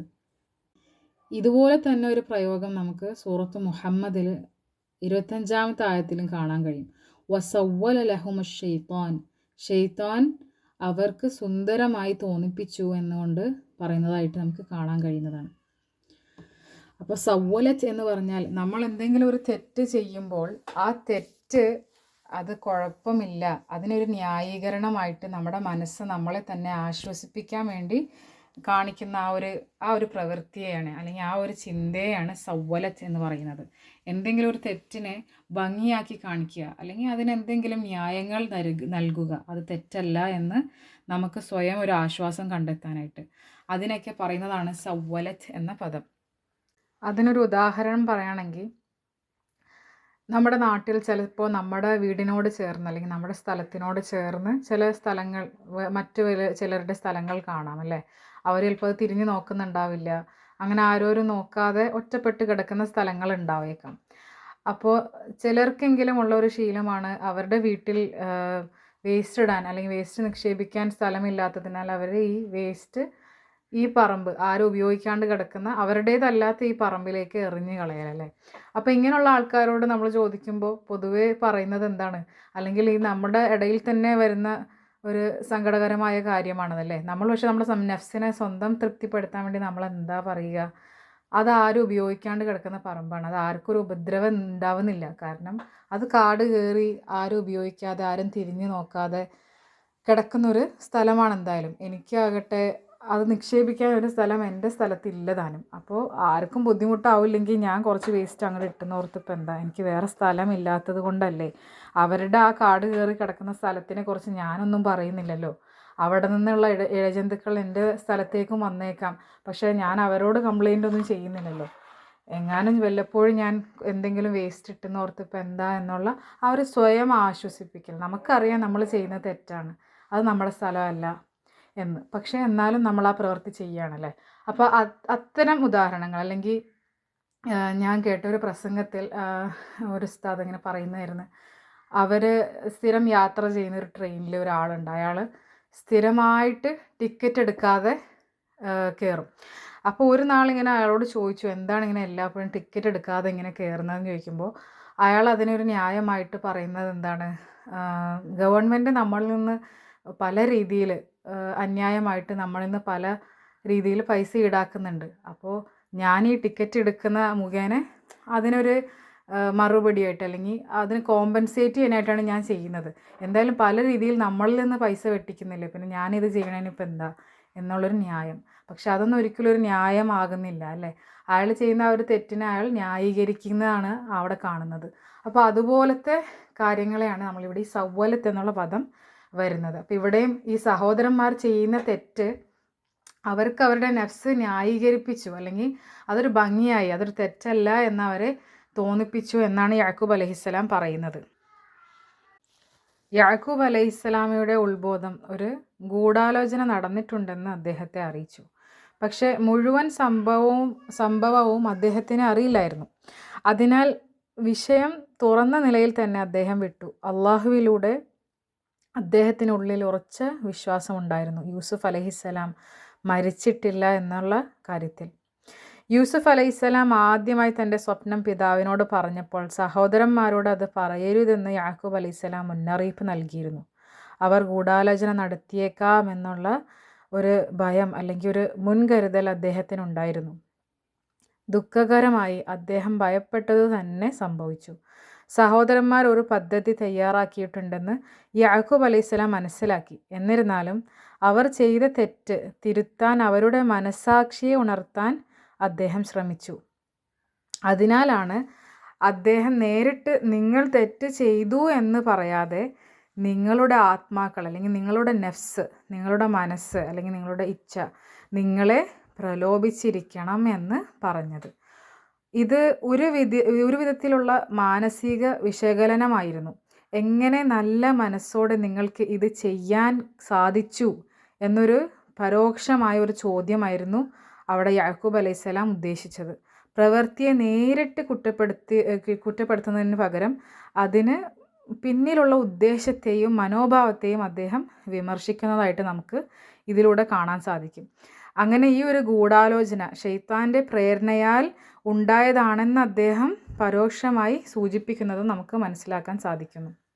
ഇത് അവരുടെ ഒരു തെറ്റ് കാരണമല്ല, അല്ലെങ്കിൽ അവർ ചെയ്ത ആ ഒരു കുറ്റകൃത്യത്തിനല്ല ഫോക്കസ് ചെയ്യുന്നത്, മറിച്ച് അവരെ ശൈത്താൻ പ്രേരിപ്പിച്ചു, ശൈത്താൻ അത് ഭംഗിയാക്കി കാണിച്ചു, നിങ്ങൾക്ക് എന്തോ സമാധാന വാക്ക് നിങ്ങളുടെ ഹൃദയത്തിലിട്ട് തന്നിട്ടുണ്ട്, അതുകൊണ്ടാണ് നിങ്ങൾ ഈ ചെയ്ത കുറ്റകൃത്യം നിങ്ങൾക്കറിയാം, നിങ്ങളുടെ ഹൃദയത്തിലുള്ളത് എന്താ നിങ്ങൾക്കറിയാം അത് ചെയ്തത്, പക്ഷെ ആ ഒരു ചെയ്ത പ്രവൃത്തിയെ നിങ്ങളുടെ മനസ്സ് തന്നെ നിങ്ങൾക്ക് ന്യായീകരിച്ച് തന്നിരിക്കുകയാണ്, നിങ്ങൾക്ക് അതിനകത്തൊരു കുറ്റബോധം തോന്നുന്നില്ല, അല്ലെങ്കിൽ അത് തെറ്റായിട്ട് തോന്നുന്നില്ല എന്ന് യാക്കൂബ് അലൈഹിസ്സലാം പറയുന്നതായിട്ട് നമുക്ക് കാണാൻ സാധിക്കും. ഇവിടെ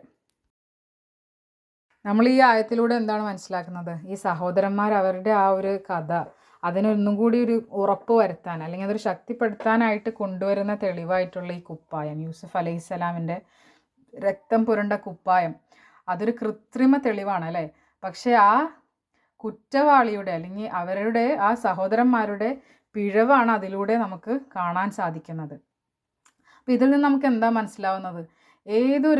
എത്രയൊക്കെ സമർത്ഥനായ കുറ്റവാളിയായാലും എത്ര ബുദ്ധിമാനായാലും എന്തെങ്കിലും ഒരു തെളിവ് അവശേഷിപ്പിക്കുന്നതായിട്ട് നമുക്ക് കാണാൻ സാധിക്കും. ഇപ്പം ഇവർ ഈ എല്ലാം വളരെ സ്ട്രാറ്റജിക്കായിട്ട് പ്ലാൻ ചെയ്ത് വളരെ സൂക്ഷ്മതയോടുകൂടി കാര്യങ്ങളെല്ലാം വളരെയധികം ചിന്തിച്ചാണ് അവർ ചെയ്തുകൊണ്ടിരുന്നത് അല്ലേ. അവർ സമയമെടുത്ത് അവർ നേരം ഇരുട്ടുന്നത് വരെ വെയിറ്റ് ചെയ്ത് യൂസുഫ് അലൈഹിസ്സലാമിനെ തിരഞ്ഞുകൊണ്ടിരിക്കുകയായിരുന്നു, അല്ലെങ്കിൽ യൂസുഫ് അലൈഹിസ്സലാം കാണാണ്ടായിട്ട് അവർക്ക് എന്ത് ചെയ്യണം എന്നറിയാതെ അന്വേഷിച്ച് നടക്കുകയായിരുന്നു എന്നൊക്കെയുള്ളൊരു ചിത്രം വരുത്തി തീർക്കാനും, പിന്നെ രാത്രി നേരം ഇരുട്ടിയതിന് ശേഷം വീട്ടിലേക്ക് എത്തുകയും ആ ഒരു ഇരുട്ടിൻ്റെ ആ ഒരു രാത്രിയുടേതായ മറയിൽ അവരുടെ കള്ളത്തരങ്ങളെല്ലാം മറച്ചു വെക്കാനും അവരുടെ പ്രകടനങ്ങളും എല്ലാം വളരെ തീവ്രമായി നടത്താനും ഭംഗിയായി കാര്യങ്ങൾ വിശ്വസിപ്പിക്കാനുമൊക്കെ ആയിട്ടുള്ള ഫുൾ പ്ലാനിങ്ങിലായിരുന്നു അല്ലേ. അതിൻ്റെ കൂടെ യൂസുഫ് അലൈഹിസ്സലാമിൻ്റെ ആ കുപ്പായവും കയ്യിലെടുത്തിരുന്നു. അതിൻ്റെ മേൽ രക്തം പുരട്ടി വാപ്പാനെ കവളിപ്പിക്കാനായിട്ടുള്ള ഉദ്ദേശത്താലാണ് അവർ വന്നത്. പക്ഷെ എന്താണ് ഇവിടെ ഉണ്ടായത്? അവരെത്രയൊക്കെ പ്ലാൻ ചെയ്തിട്ടും എത്രയെല്ലാം രീതിയിൽ ആസൂത്രണം ചെയ്തെങ്കിൽ പോലും അതിലും ഒരു പിഴവുണ്ടായിരുന്നു അല്ലേ. എന്തായിരുന്നു ആ പിഴവ്? ഇബ്നു അബ്ബാസ് റളിയല്ലാഹു അൻഹു വിശദീകരിച്ച പ്രകാരം യാക്കൂബ് അലൈഹിസ്സലാം ഈ മക്കളോട് പറഞ്ഞത്ര ഈ കുപ്പായം കണ്ടപ്പോൾ, എത്ര സൗമ്യനായ ചെന്നായാണ്, എൻ്റെ മകനെ തിന്നു കളഞ്ഞിട്ടും അവൻ്റെ കുപ്പായത്തിൽ ഒരു പോറൽ പോലും അല്ലെങ്കിൽ ഒരു കേട് പോലും വരുത്തിയില്ലല്ലോ എന്ന് പറയുന്നതായിട്ട് നമുക്ക് കാണാൻ കഴിയും. ഇവിടെ എന്താണ് ഈ കാണുന്നത്? ഇവരുടെ കള്ളം അത് സത്യപ്പെടുത്താൻ വേണ്ടി, അത് ഉറപ്പാക്കാൻ വേണ്ടിയിട്ട്, ശക്തിപ്പെടുത്താൻ വേണ്ടി കൊണ്ടുവന്ന തെളിവ് തന്നെ അവർക്ക് എതിരെയായി തീർന്നു അല്ലേ. അത് തന്നെ അവരുടെ ഒരു പിഴവായി തീരുകയാണ്. അതൊരു ലൂപ്പ് ഹോളായി അവരുടെ കള്ളം പുറത്തു വരാൻ അല്ലെങ്കിൽ കള്ളം തെളിയിക്കാനുള്ളൊരു കാരണമായി തീരുകയാണ്. നമ്മൾ ഈ കമീസിന് അല്ലെങ്കിൽ ഈ കുപ്പായത്തിന് നമുക്ക് സൂറത്ത് യൂസുഫിൽ വലിയൊരു റോളുള്ളതായിട്ട് നമുക്ക് കാണാൻ കഴിയും. ഈ ഒരു സന്ദർഭത്തിൽ തന്നെ ആദ്യം എന്തായിട്ടാണ് ഈ കമീസ് വരുന്നത്? ഒരു കള്ളത്തിൻ്റെ കുപ്പായമായിട്ടല്ലേ, രക്തം പുരണ്ട കുപ്പായം. പക്ഷേ ഈ ഇതിലൂടെ തന്നെ നമുക്ക് അവരുടെ കള്ളം വെളിപ്പെടുന്നതായിട്ടും കാണാൻ കഴിയുന്നതാണല്ലേ. യാക്കൂബ് അലൈഹിസ്സലാം അവരോട് ദേഷ്യപ്പെടുകയോ അവരെ വഴക്ക് പറയുകയോ ഒന്നുമായിട്ടല്ല നമുക്കവിടെ കാണാൻ സാധിക്കുന്നത്. മറിച്ച് ആ കുപ്പായം അവർ കൊണ്ടുവന്ന തെളിവിൽ തന്നെ അവരുടെ കള്ളം വ്യക്തമാണ് അല്ലേ. അവരെന്തൊക്കെ ചെയ്യാൻ മറച്ചെങ്കിലും ആ കള്ളം അത് മറയ്ക്കാനാവുന്നില്ല, ആ സത്യം പുറത്തു വരിക തന്നെ ചെയ്യുമെന്നുള്ളതാണ് അവിടെ കാണാൻ കഴിയുന്നത്. ഈ കമീസിന്, കുപ്പായത്തിന് നമുക്ക് 3 ഘട്ടങ്ങളിലായിട്ട് ഈ സൂറത്തിലൂടെ നമുക്ക് കാണാൻ കഴിയുന്നുണ്ട്. അപ്പോൾ ആദ്യത്തെ ഘട്ടത്തിൽ നമ്മൾ ഓൾറെഡി കണ്ടു, ഒരു കള്ളത്തിൻ്റെ കുപ്പായമായിട്ടാണ് ഈ ഷർട്ട് വരുന്നത് അല്ലേ, ഈ കമീസ് വരുന്നത്. രണ്ടാമത്തെ ഘട്ടത്തിൽ സത്യത്തിൻ്റെ കുപ്പായമായിട്ട് വരും. അതെങ്ങനെയാണ് ഈ സത്യത്തിൻ്റെ കുപ്പായമായിട്ട് വരുന്നത്? നമുക്ക് പിന്നെ ഇൻഷാ അല്ലാഹ് ഈ സൂറത്ത് പഠിക്കുമ്പോൾ കാണാൻ കഴിയും. രാജ്ഞിയും യൂസുഫ് അലൈഹിസ്സലാമും തമ്മിലുള്ള ആ ഒരു ഇഷ്യൂവിൽ പിന്നിൽ നിന്ന് കീറിയ ഒരു കുപ്പായം, ആ ഒരു അസീസിൻ്റെ വീട്ടിൽ വച്ച് നടന്ന ആ ഒരു സംഭവത്തിൽ യൂസുഫ് അലൈഹിസ്സലാമിൻ്റെ കുപ്പായം പിന്നിൽ നിന്ന് കീറിയതായി കാണുകയും അതിലൂടെ യൂസുഫ് അലൈഹിസ്സലാമിൻ്റെ സത്യം അല്ലെങ്കിൽ യൂസുഫ് അലൈഹിസ്സലാമിൻ്റെ നിരപരാധിത്വം തെളിയിക്കപ്പെടുന്ന ആ ഒരു സത്യത്തിൻ്റെ കുപ്പായമായിട്ട് നമുക്ക് കാണാൻ കഴിയും. മൂന്നാമത്തെ ഘട്ടത്തിൽ ഈ കുപ്പായം തന്നെ അതൊരു ശിഫയുടെ രൂപമായിട്ട്, അല്ലെങ്കിൽ അവരുടെ ഒരു ഒത്തുചേരൽ, അവർ വീണ്ടും സംഗമത്തിൻ്റെ ആ ഒരു കുപ്പായമായിട്ട് നമുക്ക് കാണാൻ കഴിയുന്നതാണ്. യാക്കൂബ് അലൈഹിസ്സലാമിൻ്റെ ദൃഷ്ടി നഷ്ടപ്പെടുന്നതായിട്ട് നമുക്ക് ഈ സൂറത്തിൽ മനസ്സിലാക്കാൻ കഴിയും അല്ലേ. വിഷമം കൊണ്ട് യാക്കൂബ് അലൈഹിസ്സലാം കരഞ്ഞ് അദ്ദേഹത്തിൻ്റെ ദൃഷ്ടി നഷ്ടപ്പെടുന്നതായിട്ട് നമുക്ക് കാണാൻ കഴിയും. അപ്പോൾ ആ ദൃഷ്ടി തിരിച്ചു കിട്ടുകയും അപ്പോൾ ആ ഒരു കുപ്പായം ആ ഒരു ഷിഫയുടെ കാരണമായി തീരുന്നതുമൊക്കെ ആയിട്ട് നമുക്ക് ഈ സൂറത്തിൻ്റെ അവസാന ഭാഗത്ത് നമുക്ക് കാണാൻ സാധിക്കുന്നതാണ്. അങ്ങനെ ഈ ഖമീസിന് അല്ലെങ്കിൽ കുപ്പായത്തിന് ഈ സൂറത്ത് യൂസുഫിലുടനീളം വലിയൊരു റോൾ ഉണ്ടെന്ന് തന്നെ നമുക്ക് പറയാനാവുന്നതാണ്.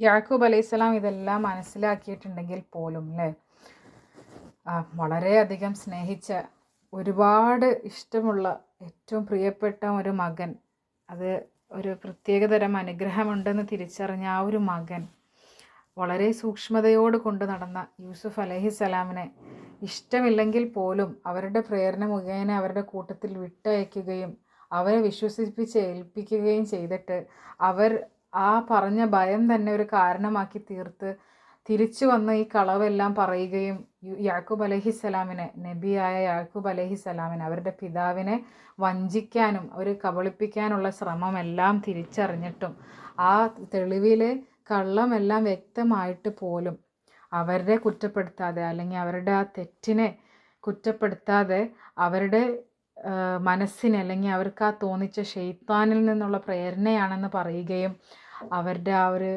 ഒന്ന് ചിന്തിക്കാനുള്ള, അവർക്കൊന്നും അവരെ വേറെ രീതിയിൽ ശാസിക്കുകയോ ഒച്ച വയ്ക്കുകയോ അവരെ ഉപദ്രവിക്കുകയോ ഒന്നും ചെയ്യാതെ വളരെ മനോഹരമായിട്ട് എന്താണ് യാക്കൂബ് അലൈഹിസ്സലാം പറയുന്നത്, നിങ്ങളൊന്ന് ചിന്തിക്കൂ എന്നുള്ള രീതിയിലുള്ള ആ ഒരു ചിന്തയാണ് അവരെ ഹൃദയത്തിലേക്ക് ഇട്ട് കൊടുക്കുന്നത്. അത് കഴിഞ്ഞ് എന്താ പറയുന്നത്, ഫസബറുൻ ജമീൽ വല്ലാഹുൽ മുസ്തആനു അലാ മാ തസിഫൂൻ.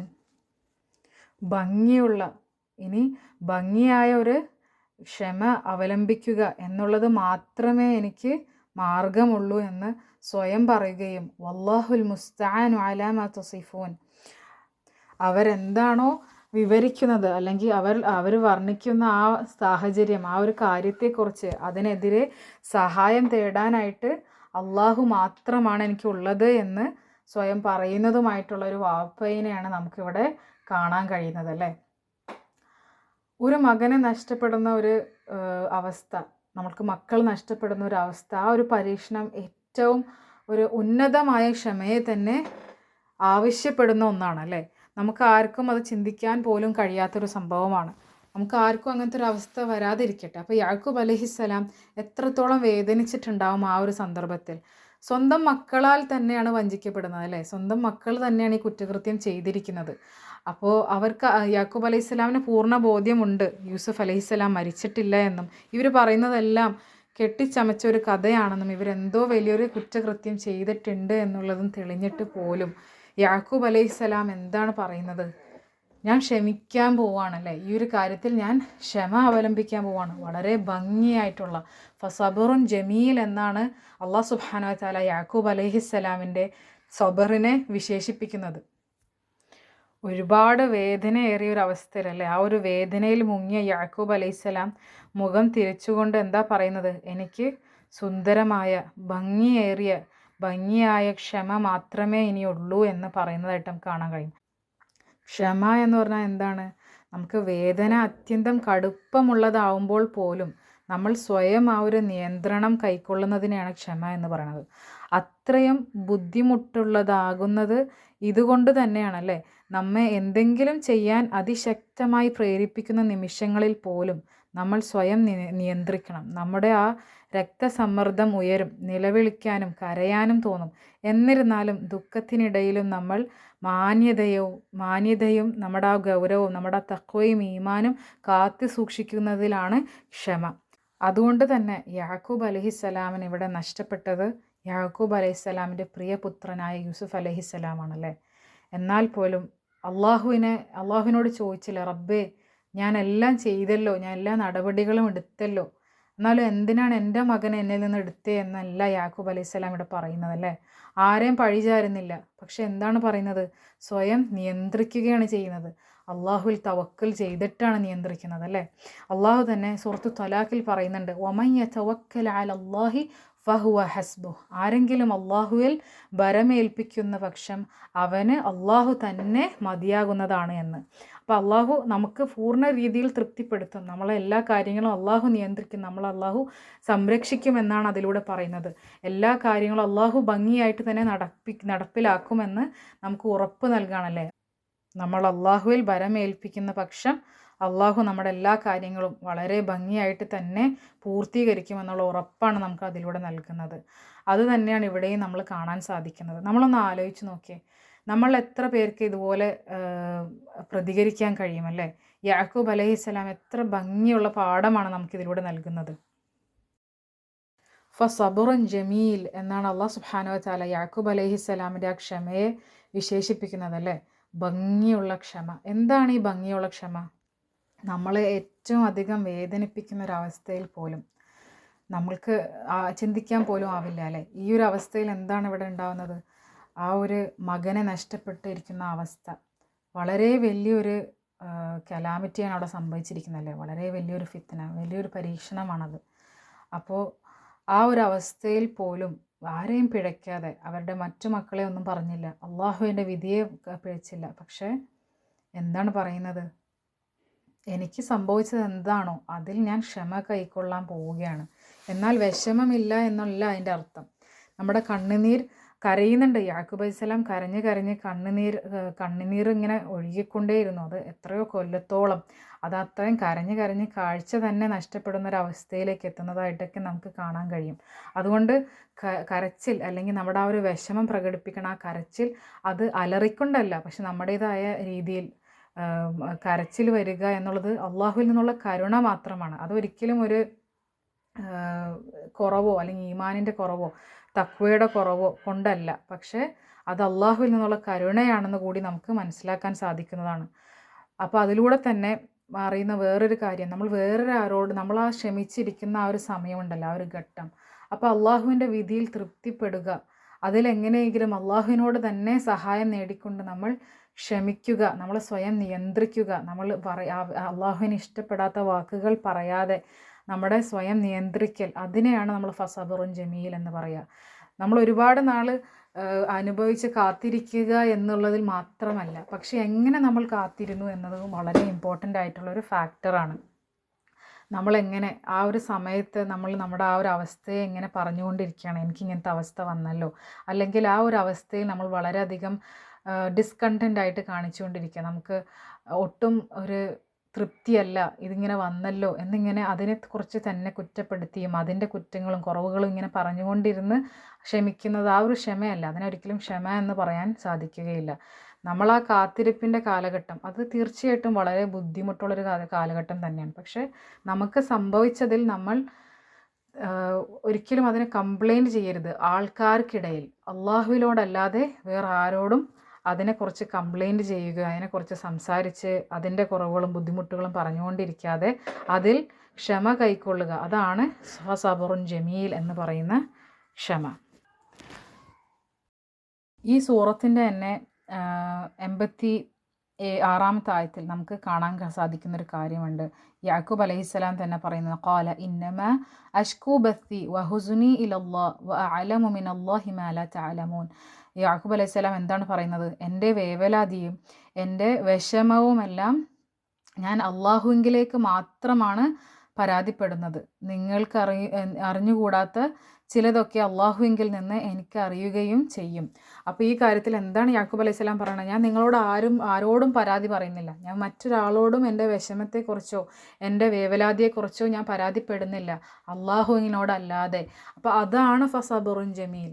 നമ്മൾ റബ്ബിനോട് മാത്രം നമ്മുടെ വേദനയെക്കുറിച്ചും നമ്മുടെ ബുദ്ധിമുട്ടെക്കുറിച്ചും നമുക്ക് വന്നിരിക്കുന്ന ആ വിപത്തിനെക്കുറിച്ചും നമ്മൾ പറയുക അല്ലേ.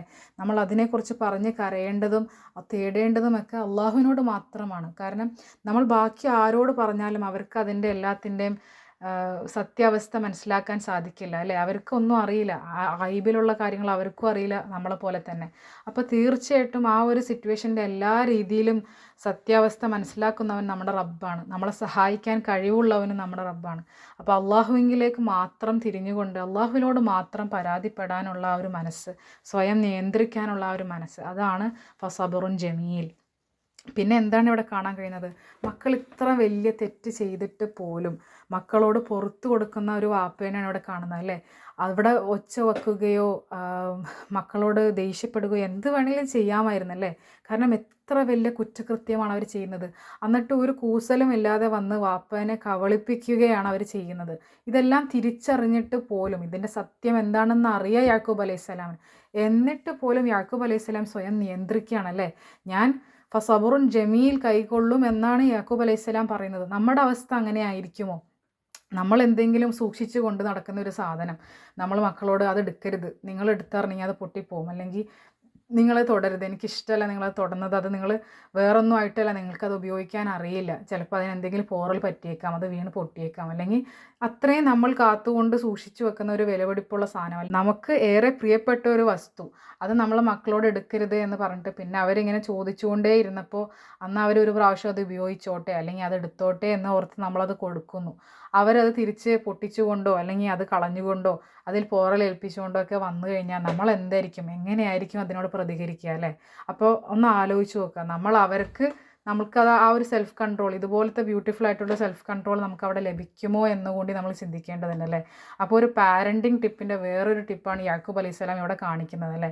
നമുക്ക് എത്ര തന്നെ ബുദ്ധിമുട്ടുള്ള കാര്യമായിട്ടും മക്കളിലേക്ക് അവരൊന്നും പറയുന്നില്ല. അവർ മക്കൾ ചെയ്ത തെറ്റിനെ കുറ്റപ്പെടുത്തുകയൊന്നും അല്ല പറയുന്നത്. പക്ഷേ അവിടെ എന്താണോ സംഭവിച്ചത് അള്ളാഹു സുബ്ഹാനഹു വ തആല അറിയാതെ നടന്നിട്ടില്ല അല്ലേ?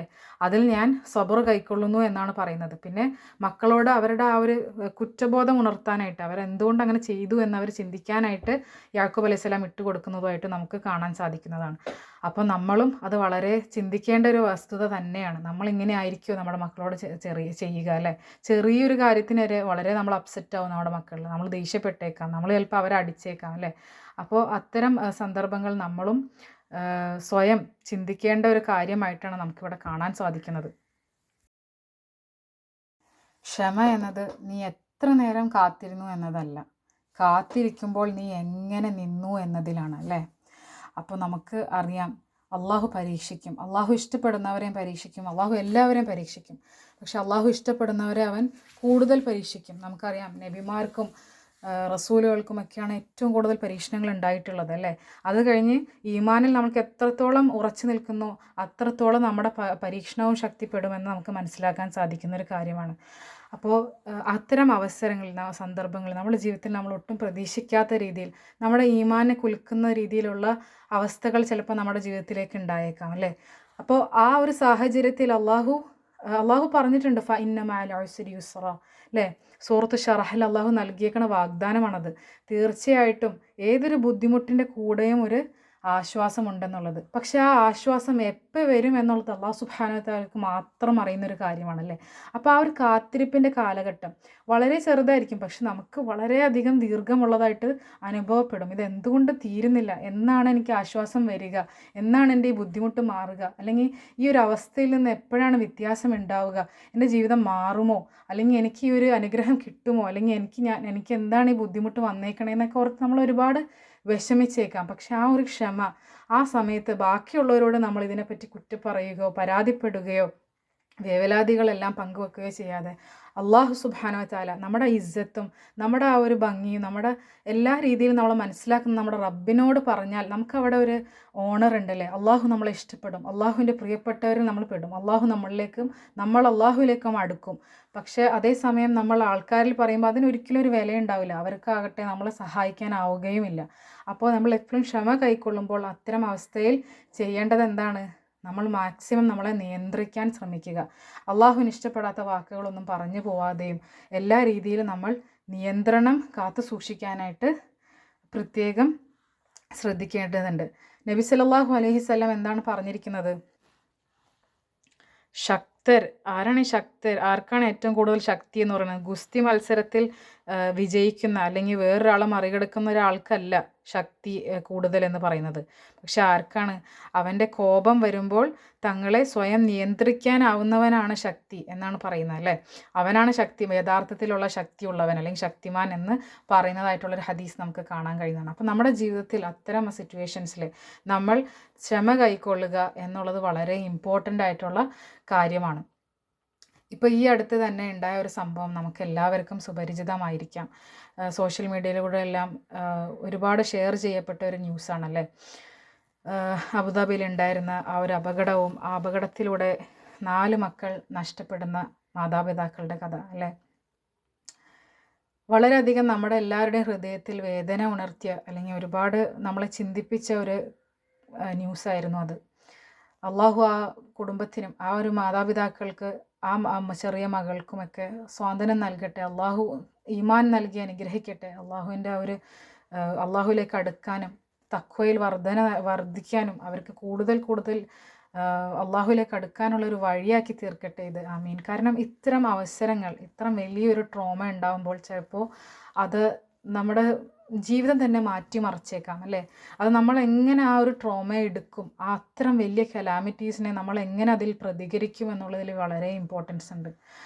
അപ്പോൾ അള്ളാഹു സുബ്ഹാനഹു വ തആല തന്നെ അവർക്ക് ആ ഒരു ഹിദായത്ത് ഇട്ട് കൊടുക്കട്ടെ. അള്ളാഹുവിൻ്റെ കരുണ അവരുടെ മേൽ ചൊരിയട്ടെ. കാരണം വലിയൊരു ലോസാണ് അവർക്ക് ഉണ്ടായേക്കണല്ലേ. നമ്മൾ എത്രയോ ലാളിച്ച് വളർത്തുന്ന നമ്മുടെ മക്കൾ, നമ്മൾക്ക് അവരുണ്ടാവും, അള്ളാഹു തന്നെ നൽകിയതാണ്. ഒരിക്കലും നമുക്ക് അള്ളാഹു നമ്മളിൽ നിന്ന് എടുത്ത് എന്ന് പറയാനുള്ള അവകാശം നമുക്കില്ല. നമ്മുടേതായിട്ട് ഈ ലോകത്ത് എന്താണ് നമ്മളിലുള്ളതല്ലേ. അള്ളാഹു നൽകിയിട്ടുള്ളതല്ലാത്ത യാതൊന്നും നമ്മുടെ കൈകളിലില്ല. അപ്പം അവൻ നമ്മളിൽ നിന്ന് അത് എടുത്തിട്ടുണ്ടെങ്കിൽ അത് തീർച്ചയായിട്ടും അവൻ അവകാശപ്പെട്ട ഒരു കാര്യം തന്നെയാണല്ലേ. അള്ളാഹുവിൻ്റെ സ്നേഹം കൊണ്ട്, അള്ളാഹുവിൻ്റെ കരുണ കൊണ്ട് നമുക്ക് നൽകിയതിനെ തിരിച്ചെടുത്തു അല്ലേ. ഇന്നാ ലില്ലാഹി വ ഇന്നാ ഇലൈഹി റാജിഊൻ. തീർച്ചയായിട്ടും നമ്മൾ അള്ളാഹുവിൽ നിന്നാണ് വന്നതും അള്ളാഹുവിലേക്ക് തന്നെയാണ് നമ്മുടെ മടക്കവും അല്ലേ. അപ്പോൾ ആ ഒരു ഓർമ്മ നമ്മളെ ഉണർത്തുന്ന ഒരു ന്യൂസായിരുന്നു അതും. അപ്പം ഇത്തരം അവസ്ഥകളാണ് റബ്ബ് നമ്മുടെ ഈമാൻ വളരെ നമ്മളെ കുലുക്കുന്ന, നമ്മുടെ ഈമാനെ പരീക്ഷിക്കുന്ന വലിയ പരീക്ഷണങ്ങൾപ്പെട്ട ഒന്നാണതല്ലേ. അള്ളാഹു സുബ്ഹാനഹു വ തആല നമുക്കും നമ്മുടെ ജീവിതത്തിൽ നമ്മുടെ മക്കളെ നമ്മൾ എത്രയോ ഗ്രാൻഡഡ് ആയിട്ട് എടുക്കുന്നല്ലേ. നമ്മൾ അവരുടെ ആ ഒരു വില മനസ്സിലാക്കുന്നില്ല. അള്ളാഹുവിനോട് നമ്മൾ തേടിക്കൊണ്ടിരിക്കുന്ന അനുഗ്രഹമാണ് നമ്മുടെ മക്കൾ, നമ്മുടെ കുടുംബം, നമ്മുടെ ജീവിതം, നമ്മുടെ ജീവിത സാഹചര്യങ്ങൾ, നമ്മുടെ തിരക്കുകൾ എന്നൊക്കെ നമ്മൾ തിരിച്ചറിയുന്നില്ല അല്ലേ. നമ്മുടെ അനുഗ്രഹങ്ങൾ നമ്മൾ നിസ്സാരമായി കാണുന്ന അല്ലെങ്കിൽ നമ്മൾ അതിൻ്റെ ആ ഒരു വേണ്ടത്ര രീതിയിൽ വില കൽപ്പിക്കാതിരിക്കുന്ന നമ്മുടെ അനുഗ്രഹങ്ങൾ, എത്ര അനുഗ്രഹങ്ങളുണ്ടല്ലേ. നമ്മുടെ മക്കൾ, അവർക്കൊന്ന് ആലോചിച്ചൊക്കെ നമുക്കറിയാം ഒരു സ്ത്രീ എന്ന രീതിയിൽ നമ്മൾ എത്രത്തോളം നമ്മുടെ മക്കൾ ഇൻവെസ്റ്റ് ചെയ്യുന്നുണ്ടല്ലേ. അവരുടെ കാര്യങ്ങളിൽ, അവരുടെ ഭക്ഷണത്തിൽ, അവരുടെ വളർച്ചയിൽ, അവരുടെ സ്വഭാവത്തിൽ, അവരുടെ ഓരോ ഉയർച്ചയിലും അവരുടെ ഓരോ വളർച്ചയിലും നമ്മൾ എത്രത്തോളം നമ്മുടെ എഫേർട്സ് ഇടുന്നുണ്ട്. അപ്പോൾ അതെല്ലാം ഒന്ന് ആലോചിച്ച് നോക്കല്ലേ. ഒരു നിമിഷം കൊണ്ട് ആ മക്കൾ, അള്ളാഹു നൽകിയ സമ്പത്തിൽപ്പെട്ട മക്കളല്ലേ, ഒരുപാട് മക്കൾ, അതിൽ 4 പേരും ഇല്ലാതാവുകയാണ്. അത്തരം അവസ്ഥകളിൽ നിന്ന് റബ്ബ് നമ്മളെല്ലാവരെയും കാത്തുരക്ഷിക്കട്ടെ. അത്ര അപകടങ്ങളിൽ നിന്നും നമുക്ക് സഹിക്കാൻ പറ്റാത്ത, താങ്ങാൻ പറ്റാത്ത പെട്ടെന്നുള്ള പരീക്ഷണങ്ങളിൽ നിന്നെല്ലാം റബ്ബ് കാത്തുരക്ഷിക്കട്ടെ. ആമീൻ. അതേസമയം അള്ളാഹു തീർച്ചയായിട്ടും വലിയൊരു എന്തോ കാര്യം, അള്ളാഹു തീർച്ചയായിട്ടും വലിയൊരു നന്മ അതിലൂടെ അവർക്ക് ഉദ്ദേശിച്ചിട്ടുണ്ടാവണം. തീർച്ചയായിട്ടും അതിനുള്ള ക്ഷമയും ആ ഒരു സബർ റബ്ബ് നൽകി, ഫസബറുൻ ജമീൽ നൽകി അവരുടെ മേൽ അള്ളാഹുവിൻ്റെ കരുണയും അള്ളാഹുവിൻ്റെ സ്നേഹവും സഹായവും മൂടട്ടെ എന്ന് നമ്മൾ പ്രാർത്ഥിക്കാം നമുക്ക് അല്ലേ. അതോടുകൂടെ തന്നെ നമ്മൾക്കുള്ള അനുഗ്രഹങ്ങളെ, നമ്മുടെ മക്കളെ നമ്മുടെ അടുത്തേക്ക് ചേർത്ത് പിടിക്കാനും അവർ ചെയ്യുന്ന ചെറിയ തെറ്റുകളെ തിരുത്തുമ്പോൾ അവരോട് സൗമ്യതയോട് കൂടിയും അവരെ വേദനിപ്പിക്കാത്ത രീതിയിലും നമുക്ക് രീതിയിൽ അവരെ നല്ല രീതിയിൽ വളർത്താൻ നമ്മൾ ശ്രമിക്കേണ്ടതാണ് എന്നുള്ള ആ ഒരു പാഠം, ആ ഒരു ഓർമ്മപ്പെടുത്തൽ കൂടിയാണ് ഇതെല്ലാം അല്ലേ. എത്രയോ മനോഹരമായിട്ടാണ് ഇത്ര വലിയ കുറ്റകൃത്യം ചെയ്ത മക്കളോട് യാക്കൂബ് അലൈഹിസ്സലാം പ്രതികരിക്കുന്നത്. നമ്മുടെ മക്കൾ ചെയ്യുന്ന ചെറിയ കാര്യങ്ങൾ നമ്മൾ ഭയങ്കര അസ്വസ്ഥരാവരാണ് അല്ലേ. അവർ മക്കളാണ്, ചെറുതാണ്, അവർ പഠിക്കുന്നേ ഉള്ളൂ. നമ്മളാണ് അവർക്ക് ഒരു താങ്ങാവേണ്ടതും തണലാവേണ്ടതുമെന്ന് നമ്മൾ തിരിച്ചറിയേണ്ടതുണ്ട്. വേണ്ട പോലെ അവർക്ക് നമ്മൾ കെയർ കൊടുക്കുകയും നമ്മൾ എത്ര ക്ഷീണിതരാവുകയാണെങ്കിൽ പോലും അള്ളാഹു സുബ്ഹാനഹു വ തആലയോട് നമ്മളതിന് നന്ദി പറയുകയും ചെയ്യണം അല്ലേ. എപ്പോഴും കംപ്ലയിൻറ്റ്സ് മാത്രം പറയുകയല്ല, അള്ളാഹുവിനോട് അനുഗ്രഹങ്ങൾക്കൊക്കെ തിരിച്ചറിയാനും അതെല്ലാം വേണ്ട പോലെ അള്ളാഹുവിനോട് നന്ദി കാണിക്കുന്നവരിൽ പെടാനും വേണ്ടി നിരന്തരം നമ്മൾ പ്രാർത്ഥിക്കേണ്ടതുമുണ്ട്, ശ്രമിക്കേണ്ടതുമുണ്ട്. സാന്ദർഭികമായിട്ട് നമ്മൾ ഈ ഒരു ന്യൂസ് ഈ അടുത്ത് സംഭവിച്ചതായതുകൊണ്ട് പറഞ്ഞതേ ഉള്ളൂ. അല്ലാഹു സുബ്ഹാനഹു വ തആല ഖുർആനിൽ വളരെ കുറച്ച് സ്ഥലങ്ങളിൽ മാത്രമാണ് അള്ളാഹു കൂടെയുണ്ട് എന്നുള്ള പദം, ഇന്നല്ലാഹ മഅ എന്നുള്ള പദം ഉപയോഗിച്ചതായിട്ട് കാണാൻ കഴിയുന്നത്. അതിലൊന്നാണ് ഇന്നല്ലാഹ മഅസ് സാബിരീൻ എന്ന സൂറത്തുൽ ബഖറയിൽ 153-ാമത്തെ ആയത്തിൽ നമുക്ക് കാണാൻ കഴിയും. നിശ്ചയമായും അള്ളാഹു ക്ഷമിക്കുന്നവരോടൊപ്പം തന്നെയാണ് എന്ന് അള്ളാഹു സുബ്ഹാനഹു വ തആല പറയുന്നതായിട്ട് നമുക്ക് കാണാൻ കഴിയും. അപ്പോൾ അത്രക്കും ഇമ്പോർട്ടൻസ് ഉണ്ട് നമ്മുടെ ദീനിൽ സബറിന് അല്ലേ. ഈ ഒരു സൂറത്തിൻ്റെ മെയിൻ തീമിൽപ്പെട്ട ഏറ്റവും വലിയൊരു ഇമ്പോർട്ടൻറ്റ് തീമാണ് സബർ എന്നുള്ള ആ ഒരു പാഠം അല്ലെങ്കിൽ ആ ഒരു ആശയം. ഇവിടെ നമുക്ക് കാണാൻ കഴിയും വേറെ സൂറത്തു സുമറിൽ 10-ാമത്തെ ആയത്തിൽ ഇന്നമാ യുവഫ്ഫസ് സാബിറൂന അജ്റഹും ബിഗൈരി ഹിസാബ് എന്ന് അള്ളാഹു സുബ്ഹാനഹു വ തആല പറയുന്നതായിട്ട്, ക്ഷമിക്കുന്നവർക്ക് അവരുടെ പ്രതിഫലം കണക്കില്ലാതെ നൽകപ്പെടുമെന്നാണ് അള്ളാഹു സുബ്ഹാനഹു വ തആല പറയുന്നത് അല്ലേ. എത്രയോ കാരുണ്യവാനാണ് നമ്മുടെ റബ്ബല്ലേ. നമ്മൾ ക്ഷമിക്കുന്നത് മുഖേന നമുക്ക് എന്താണ് പ്രതിഫലം? എല്ലാത്തിനും പ്രതിഫലം അള്ളാഹു സുബ്ഹാനഹു വ തആല പറഞ്ഞിട്ടുണ്ടല്ലേ, ഇന്നത് ചെയ്താൽ ഇന്നത് പ്രതിഫലം. പക്ഷേ സബർ കൈക്കൊള്ളുന്നവനെ, ക്ഷമിക്കുന്നവൻ്റെ പ്രതിഫലം അള്ളാഹുവിലാണല്ലേ. അള്ളാഹു അതിരുകളില്ലാതെ കണക്കില്ലാതെ അതിന് പ്രതിഫലം നൽകപ്പെടുമെന്നുള്ള വാഗ്ദാനമാണ് അള്ളാഹു സുബ്ഹാനഹു വ തആല നൽകുന്നത്. ഇത് മനുഷ്യരുടെ വാഗ്ദാനമല്ല, അള്ളാഹു സുബ്ഹാനഹു വ തആല നമുക്ക് നൽകുന്ന ഉറപ്പാണ് അല്ലേ. അപ്പം നമ്മൾ എത്ര ചെറിയൊരു വിഷയത്തിലാണെങ്കിൽ പോലും ഒരുപക്ഷെ നമ്മുടെ മനസ്സിൽ നമ്മളാ ക്ഷമിക്കുന്നത് അല്ലെങ്കിൽ നമ്മളെ ആ സ്വയം നിയന്ത്രിക്കുന്ന ഒരവസ്ഥ, അത് മറ്റു ആരും തന്നെ നമ്മുടെ ചുറ്റുമുള്ള അല്ലെങ്കിൽ നമ്മൾക്ക് വേണ്ടപ്പെട്ട നമ്മളോട് അടുത്ത് നിൽക്കുന്നവർ വരെ ചിലപ്പോൾ അത് തിരിച്ചറിഞ്ഞെന്ന് വരില്ല, അവർക്കത് കാണാൻ കഴിഞ്ഞെന്ന് വരില്ല. പക്ഷെ നമ്മൾ ക്ഷമിക്കുന്ന ക്ഷമ അതൊന്നുമല്ല എന്ന് നമ്മൾ ഒരിക്കലും വിചാരിക്കരുത്. അള്ളാഹുവിന് വേണ്ടി നമ്മൾ ക്ഷമിക്കുക. കാരണം ആ ക്ഷമ എപ്പോഴും അള്ളാഹുവിൻ്റെ അടുക്കൽ സേഫാണ്. അള്ളാഹു അത് നോട്ട് ചെയ്യുന്നുണ്ട്, അള്ളാഹു കാണുന്നുണ്ട്. അതിനെല്ലാം പ്രതിഫലം അള്ളാഹു സുബ്ഹാനഹു വ തആല ഉറപ്പ് നൽകിയ ഒന്നാണെന്നും കൂടിയാണ് നമുക്കിതിലൂടെ മനസ്സിലാക്കാൻ കഴിയുന്നത്. സൂറത്തുർ റഅദിൽ 24-ാമത്തെ ആയത്തിൽ നമുക്ക് കാണാൻ കഴിയും സലാമുൻ അലൈക്കും ബിമാ സബർത്തും ഫനിഅമ ഉഖ്ബദ്ദാർ എന്ന് പറയുന്നതായിട്ട്. നിങ്ങൾക്ക് സമാധാനം, സലാമുൻ അലൈക്കും, നിങ്ങൾക്ക് ഇന്നത്തെ ദിവസം സമാധാനമാണ്. നിങ്ങൾ ക്ഷമിച്ചതിനാലാണ് അല്ലെങ്കിൽ ക്ഷമിച്ചത് കൊണ്ട് ആ അന്തിമ വാസസ്ഥലം എത്ര മനോഹരമാണ്. ഇതാണ് നിങ്ങൾക്ക് കിട്ടുന്ന ഒരു റിവാർഡ് അല്ലേ, നിങ്ങൾ ക്ഷമിച്ചത് കൊണ്ട് എന്ന് ഇവിടെ നമുക്ക് കാണാൻ കഴിയും. നിങ്ങളിവിടെ നമ്മൾ ജന്നത്തിലേക്ക് അല്ലെങ്കിൽ സ്വർഗത്തിലേക്ക് കയറിക്കോളൂ എന്ന് പറയുന്ന ഒരു അവസ്ഥയിൽ നമുക്ക് സ്വർഗം കാണിക്കപ്പെടുമ്പോൾ ഇതാണ് നിങ്ങളുടെ റിവാർഡ്, നിങ്ങൾ ക്ഷമിച്ചത് കൊണ്ട് എന്ന് പറയുന്നതായിട്ട് നമുക്ക് കാണാൻ കഴിയും. അപ്പോൾ അതുകൊണ്ട് ക്ഷമ എന്നുള്ള കാര്യത്തിന് അത് ചെറിയൊരു കാര്യമല്ല, അത് വളരെയധികം ഇമ്പോർട്ടൻസ് ഉള്ളതും വളരെ മനോഹരമായിട്ടുള്ള ആഴമേറിയ ഒരു ആശയമാണ് ക്ഷമ എന്നുള്ളത് എന്ന് നമുക്ക് ഈ സൂറത്തിലുടനീളം നമുക്ക് മനസ്സിലാക്കാൻ കഴിയും. പല രീതിയിൽ നമുക്ക് ക്ഷമയെ പഠിപ്പിക്കുന്നതായിട്ടുള്ള പല പാഠങ്ങളും നമുക്ക് വരും. അപ്പോൾ നമ്മുടെ ജീവിതത്തിൽ വളരെയധികം നമ്മൾ പരിശീലിക്കേണ്ടതും അതിന് പ്രത്യേകം അറ്റൻഷൻ കൊടുക്കേണ്ടതും ഒന്നാണ് ക്ഷമ അല്ലെങ്കിൽ സബർ എന്നുള്ളത് എന്ന് നമുക്കിവിടെ മനസ്സിലാക്കാൻ സാധിക്കും. പിന്നെ നമ്മുടെ നബി സല്ലല്ലാഹു അലൈഹി വസല്ലമയുടെ ജീവിതത്തിൽ അനുഭവിക്കേണ്ടി വന്ന വേദനകളും പരീക്ഷണങ്ങളും നമുക്കറിയാം അല്ലേ.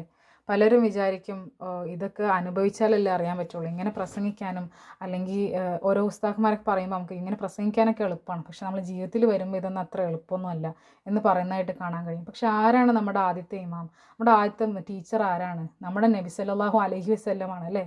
നമ്മുടെ റസൂലുള്ളാഹി സ്വല്ലല്ലാഹു അലൈഹി വസല്ലമാണ് നമ്മുടെ ടീച്ചർ അല്ലേ.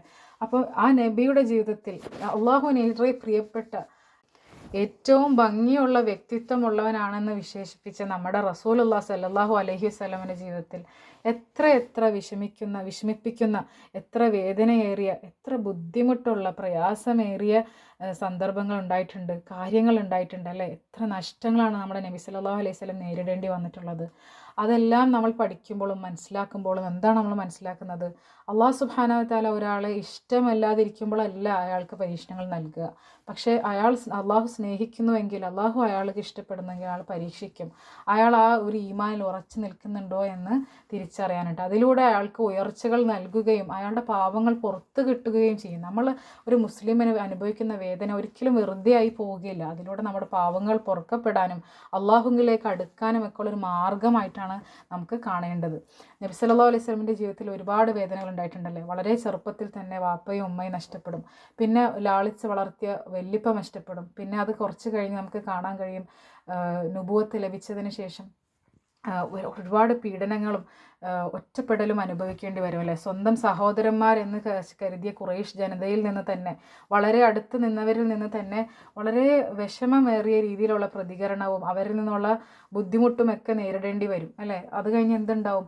സ്വന്തം അങ്കിൾ അബൂ താലിബ് മരിക്കുന്നു, പിന്നെ ഖദീജ റളിയല്ലാഹു അൻഹ മരിക്കുന്നതായിട്ട് നമുക്ക് കാണാൻ കഴിയും. അങ്ങനെ ഇതൊക്കെ, പിന്നെ അത് കഴിഞ്ഞ് ത്വായിഫിലുള്ള ആ ഒരു സന്ദർഭം, അങ്ങനെ എന്തെല്ലാം വിഷമങ്ങളല്ലേ. മക്കളെല്ലാം മരിക്കുന്നതായിട്ട് കാണാൻ കഴിയും. ഒരു മകൾ ഒഴികെ ബാക്കി എല്ലാവരും മരിക്കും. നബി സല്ലല്ലാഹു അലൈഹി വസല്ലം മരിക്കുന്നതിന് മുന്നേ ആൺപിള്ളേരാരും ജീവിച്ചിരിക്കുന്നില്ല അല്ലേ. അത് മരണവേളയിൽ പോലും നബി സല്ലല്ലാഹു അലൈഹി വസല്ലം കിട്ടുന്ന ഒരു വിവരം എന്താണ്? നബി സല്ലല്ലാഹു അലൈഹി വസല്ലമത്തിൻ്റെ മരണത്തിന് ശേഷം ആദ്യമായിട്ട് മരിക്കാൻ പോകുന്ന ആരാണ്? ഫാത്തിമ റളിയല്ലാഹു അൻഹയാണെന്നാണ് ആ ഒരു വിവരവും കിട്ടുകയാണ് അല്ലേ. സ്വന്തം വാപ്പ മകള് മരണവേളയിൽ കിട്ടുന്നൊരു ന്യൂസാണ് അതല്ലേ, മകള് മരിക്കാൻ പോകുകയാണെന്നുള്ളത്. അപ്പം അങ്ങനെ പല രീതിയിലുള്ള വേദനകൾ നമുക്ക് ചിന്തിക്കാവുന്നതും അപ്പുറമായിട്ട് നമ്മുടെ നബി സല്ലല്ലാഹു അലൈഹി വസല്ലം വേദനിച്ചിട്ടുണ്ട്, അനുഭവിച്ചിട്ടുണ്ട്. നബി നമ്മളെപ്പോലെ തന്നെ മനുഷ്യർ തന്നെയാണ്. തീർച്ചയായിട്ടും അള്ളാഹു തിരഞ്ഞെടുക്കുകയും അള്ളാഹു ശുദ്ധീകരിക്കുകയും ചെയ്യപ്പെട്ടെങ്കിൽ പോലും വേദനയും വിഷമവും എല്ലാം അനുഭവിച്ച ഒരാൾ തന്നെയാണ് നമ്മുടെ നബിയും അല്ലേ. അതുകൊണ്ട് തന്നെയാണ് ആ ഒരു തായിഫിൻ്റെ സന്ദർഭത്തിൽ അതിനുശേഷം ആ ഒരു ഘട്ടത്തിൽ, ആ ഒരു ദുഃഖത്തിൻ്റെ കാലഘട്ടത്തിൽ അള്ളാഹു സുബ്ഹാനഹു വ തആല നബി സല്ലല്ലാഹു അലൈഹി വസല്ലമിൻ്റെ ഹൃദയത്തിലേക്ക് ഒരു ആശ്വാസമായിട്ട്, ഒരു സ്വാന്തനമായിട്ട്, ഒരു കംഫേർട്ടിംഗ് ആയിട്ടാണ് സൂറ യൂസുഫ് ഇറക്കി കൊടുത്തത് എന്ന് നമ്മൾ ആദ്യം പഠിക്കുകയുണ്ടായി അല്ലേ. അപ്പോൾ ഇതിൽ നിന്നൊക്കെ എന്താ നമുക്ക് മനസ്സിലാക്കാൻ സാധിക്കുന്നത്? ക്ഷമ എന്നുള്ള കാര്യത്തിൻ്റെ ആ ഒരു മൂല്യം അത് വളരെ ഇമ്പോർട്ടൻ്റ് ആണ്. നമ്മൾ ക്ഷമിക്കാൻ പഠിക്കണം. നമ്മുടെ നെഫ്സിനെ നിയന്ത്രിക്കാൻ പഠിക്കേണ്ടതുണ്ട് അല്ലേ. എല്ലാ രീതിയിലും നമ്മൾ പഠിക്കേണ്ടതുണ്ട്. ക്ഷമ അവലംബിക്കുമ്പോൾ നമ്മൾ ബാക്കിയുള്ളവരിൽ കുറ്റം പറയുകയോ അല്ലെങ്കിൽ ആ ഒരു ബുദ്ധിമുട്ടിങ്ങനെ പറഞ്ഞുകൊണ്ട് നടക്കുക, അതിലൂടെയല്ല ക്ഷമിക്കുക. പക്ഷേ ആ ഒരു വേളയിൽ നമുക്ക് ആദ്യം തന്നെ നമുക്ക് ആ എന്ത് ബുദ്ധിമുട്ടാണ് അത് ഏൽക്കുന്ന ആ ഒരു സമയത്തുള്ള ക്ഷമ അതും വളരെ ഇമ്പോർട്ടൻ്റ് ആണ്. അത് പിന്നീട് അതിൻ്റെ കാഠിന്യം കുറഞ്ഞു വരും. അപ്പം നമുക്ക് ക്ഷമിക്കാൻ എളുപ്പം. പക്ഷെ നമുക്ക് ആദ്യം തന്നെ കേൾക്കുമ്പോൾ ആ ഷോക്കിലുള്ള ക്ഷമ അതും വളരെ ഇമ്പോർട്ടൻ്റ് ആയിട്ടുള്ളൊരു കാര്യമാണ്. നമുക്ക് ആദ്യം ഏൽക്കുമ്പോൾ തന്നെ നമ്മൾ കൈക്കൊള്ളേണ്ട ക്ഷമ അത് വളരെ ഇമ്പോർട്ടൻ്റ് ആണെന്നും നമ്മൾ മനസ്സിലാക്കുന്നതാണ്. ഈ ഒരു ആയത്തിൽ നമുക്ക് യാക്കൂബ് അലൈഹിസ്സലാം സ്വയം നിസ്സഹായനാണ് എന്നുള്ളത് തിരിച്ചറിയുകയും ആ ഒരു അവസ്ഥയിൽ തൻ്റെ ദുഃഖത്തെ നേരിടാൻ അള്ളാഹുവിൻ്റെ സഹായം മാത്രമേ രക്ഷയുള്ളൂ എന്ന് മനസ്സിലാക്കുകയും അള്ളാഹുവിലേക്ക് തിരിയുകയും സഹായം തേടുന്നതുമായിട്ടാണ് നമുക്ക് കാണാൻ കഴിയുന്നത് അല്ലേ. അപ്പോൾ ആ ഒരു കാര്യം നമ്മളെപ്പോഴും ഓർക്കുക. ആരെങ്കിലും അള്ളാഹുവെങ്കിൽ തവക്കൽ ചെയ്താൽ അള്ളാഹു തന്നെ അവന് മതിയാകും. അള്ളാഹു എല്ലാ കാര്യങ്ങളും അവൻ്റെ ഭംഗിയായി തന്നെ പൂർത്തീകരിക്കുമെന്നുള്ള ആ ഒരു ഉറപ്പ് സൂറത്ത് തലാഖിലൂടെ അള്ളാഹു നൽകുന്ന ആ ഒരു വചനം നമ്മൾ മുറുകെ പിടിക്കുക. ക്ഷമ എന്നുള്ളത് പല രീതിയിലുണ്ടല്ലേ. നമുക്ക് ഒരു വിപത്ത് സംഭവിക്കുമ്പോൾ, ഒരു ആപത്ത്, ഒരു ബുദ്ധിമുട്ട് സംഭവിക്കുമ്പോഴുള്ള ക്ഷമ. പിന്നെ നമ്മളൊരു തെറ്റ് ചെയ്യാൻ നമുക്ക് വളരെയധികം പ്രേരണ ഉണ്ടെങ്കിലും നമ്മുടെ നെഫ്സിനെ നിയന്ത്രിക്കണം. നമ്മൾ ആ തെറ്റിലേക്ക് പോകാതെ നമ്മളെ നിയന്ത്രിച്ച് നിൽക്കുന്ന ആ ഒരു ക്ഷമ. പിന്നെ നമ്മളൊരു സൽക്കർമ്മം ചെയ്യുമ്പോൾ, നല്ല പ്രവൃത്തി ചെയ്യുമ്പോൾ അത് തുടർച്ചയായി കൺസിസ്റ്റൻ്റായി ചെയ്യാൻ വേണ്ടി നമ്മൾ ശ്രമിക്കുമ്പോൾ അതിലുണ്ടാവുന്ന ക്ഷമ. കാരണം അത് അത്ര എളുപ്പമുള്ള കാര്യമല്ല. ഇതെല്ലാം ക്ഷമയിൽപ്പെടുന്ന ഒന്ന് തന്നെയാണ്. അപ്പോൾ ഈ ഒരു ആയത്തിലൂടെയൊക്കെ നമ്മൾ പഠിപ്പിക്കുന്ന വലിയൊരു കാര്യം ക്ഷമയെക്കുറിച്ചാണല്ലേ. അപ്പോൾ ഇതെല്ലാം, ഈ പാഠങ്ങളെല്ലാം നമ്മുടെ ജീവിതത്തിൽ ഉൾക്കൊള്ളാനും നമ്മുടെ വ്യക്തിത്വത്തെ അതിലൂടെ മാറ്റിയെടുക്കാൻ നമ്മൾക്ക് എല്ലാവരിലും ന്യൂനതകളും കുറവുകളും ഉണ്ടല്ലേ. നമ്മൾ ശ്രമിച്ചുകൊണ്ടേയിരിക്കുക, അള്ളാഹുവിനോട് പ്രാർത്ഥിച്ചുകൊണ്ടേയിരിക്കുക. ചെറിയ രീതിയിലാണെങ്കിലും തീർച്ചയായിട്ടും നമുക്ക് ഒരു നാൾ നമ്മുടെ വ്യക്തിത്വത്തെ നന്നാക്കിയെടുക്കാനും അള്ളാഹുവിൻ്റെ തൃപ്തിന് വേണ്ടി മാത്രം നമ്മുടെ സ്വഭാവത്തെ ശുദ്ധീകരിക്കാനും അള്ളാഹു സഹായിക്കും. തീർച്ചയായിട്ടും നമ്മുടെ ശ്രമവും അതിന് വേണ്ടതാണ്, പ്രാർത്ഥനയും. ഇൻഷാ അള്ളാഹ് അപ്പോൾ നമുക്ക് ഇന്നത്തെ ക്ലാസ് ഇവിടെ അവസാനിപ്പിക്കാം. ربنا تقبل منا إنك أنت السميع العليم وتب علينا إنك أنت التواب الرحيم. اللهم اجعلنا من المتطهرين واجعلنا من التوابين واجعلنا من الصالحين واجعلنا من الصابرين واجعلنا من عبادك الصالحين. سبحانك اللهم وبحمدك ونشهد أن لا إله إلا أنت نستغفرك ونتوب إليك. آمين يا رب العالمين. السلام عليكم ورحمة الله وبركاته.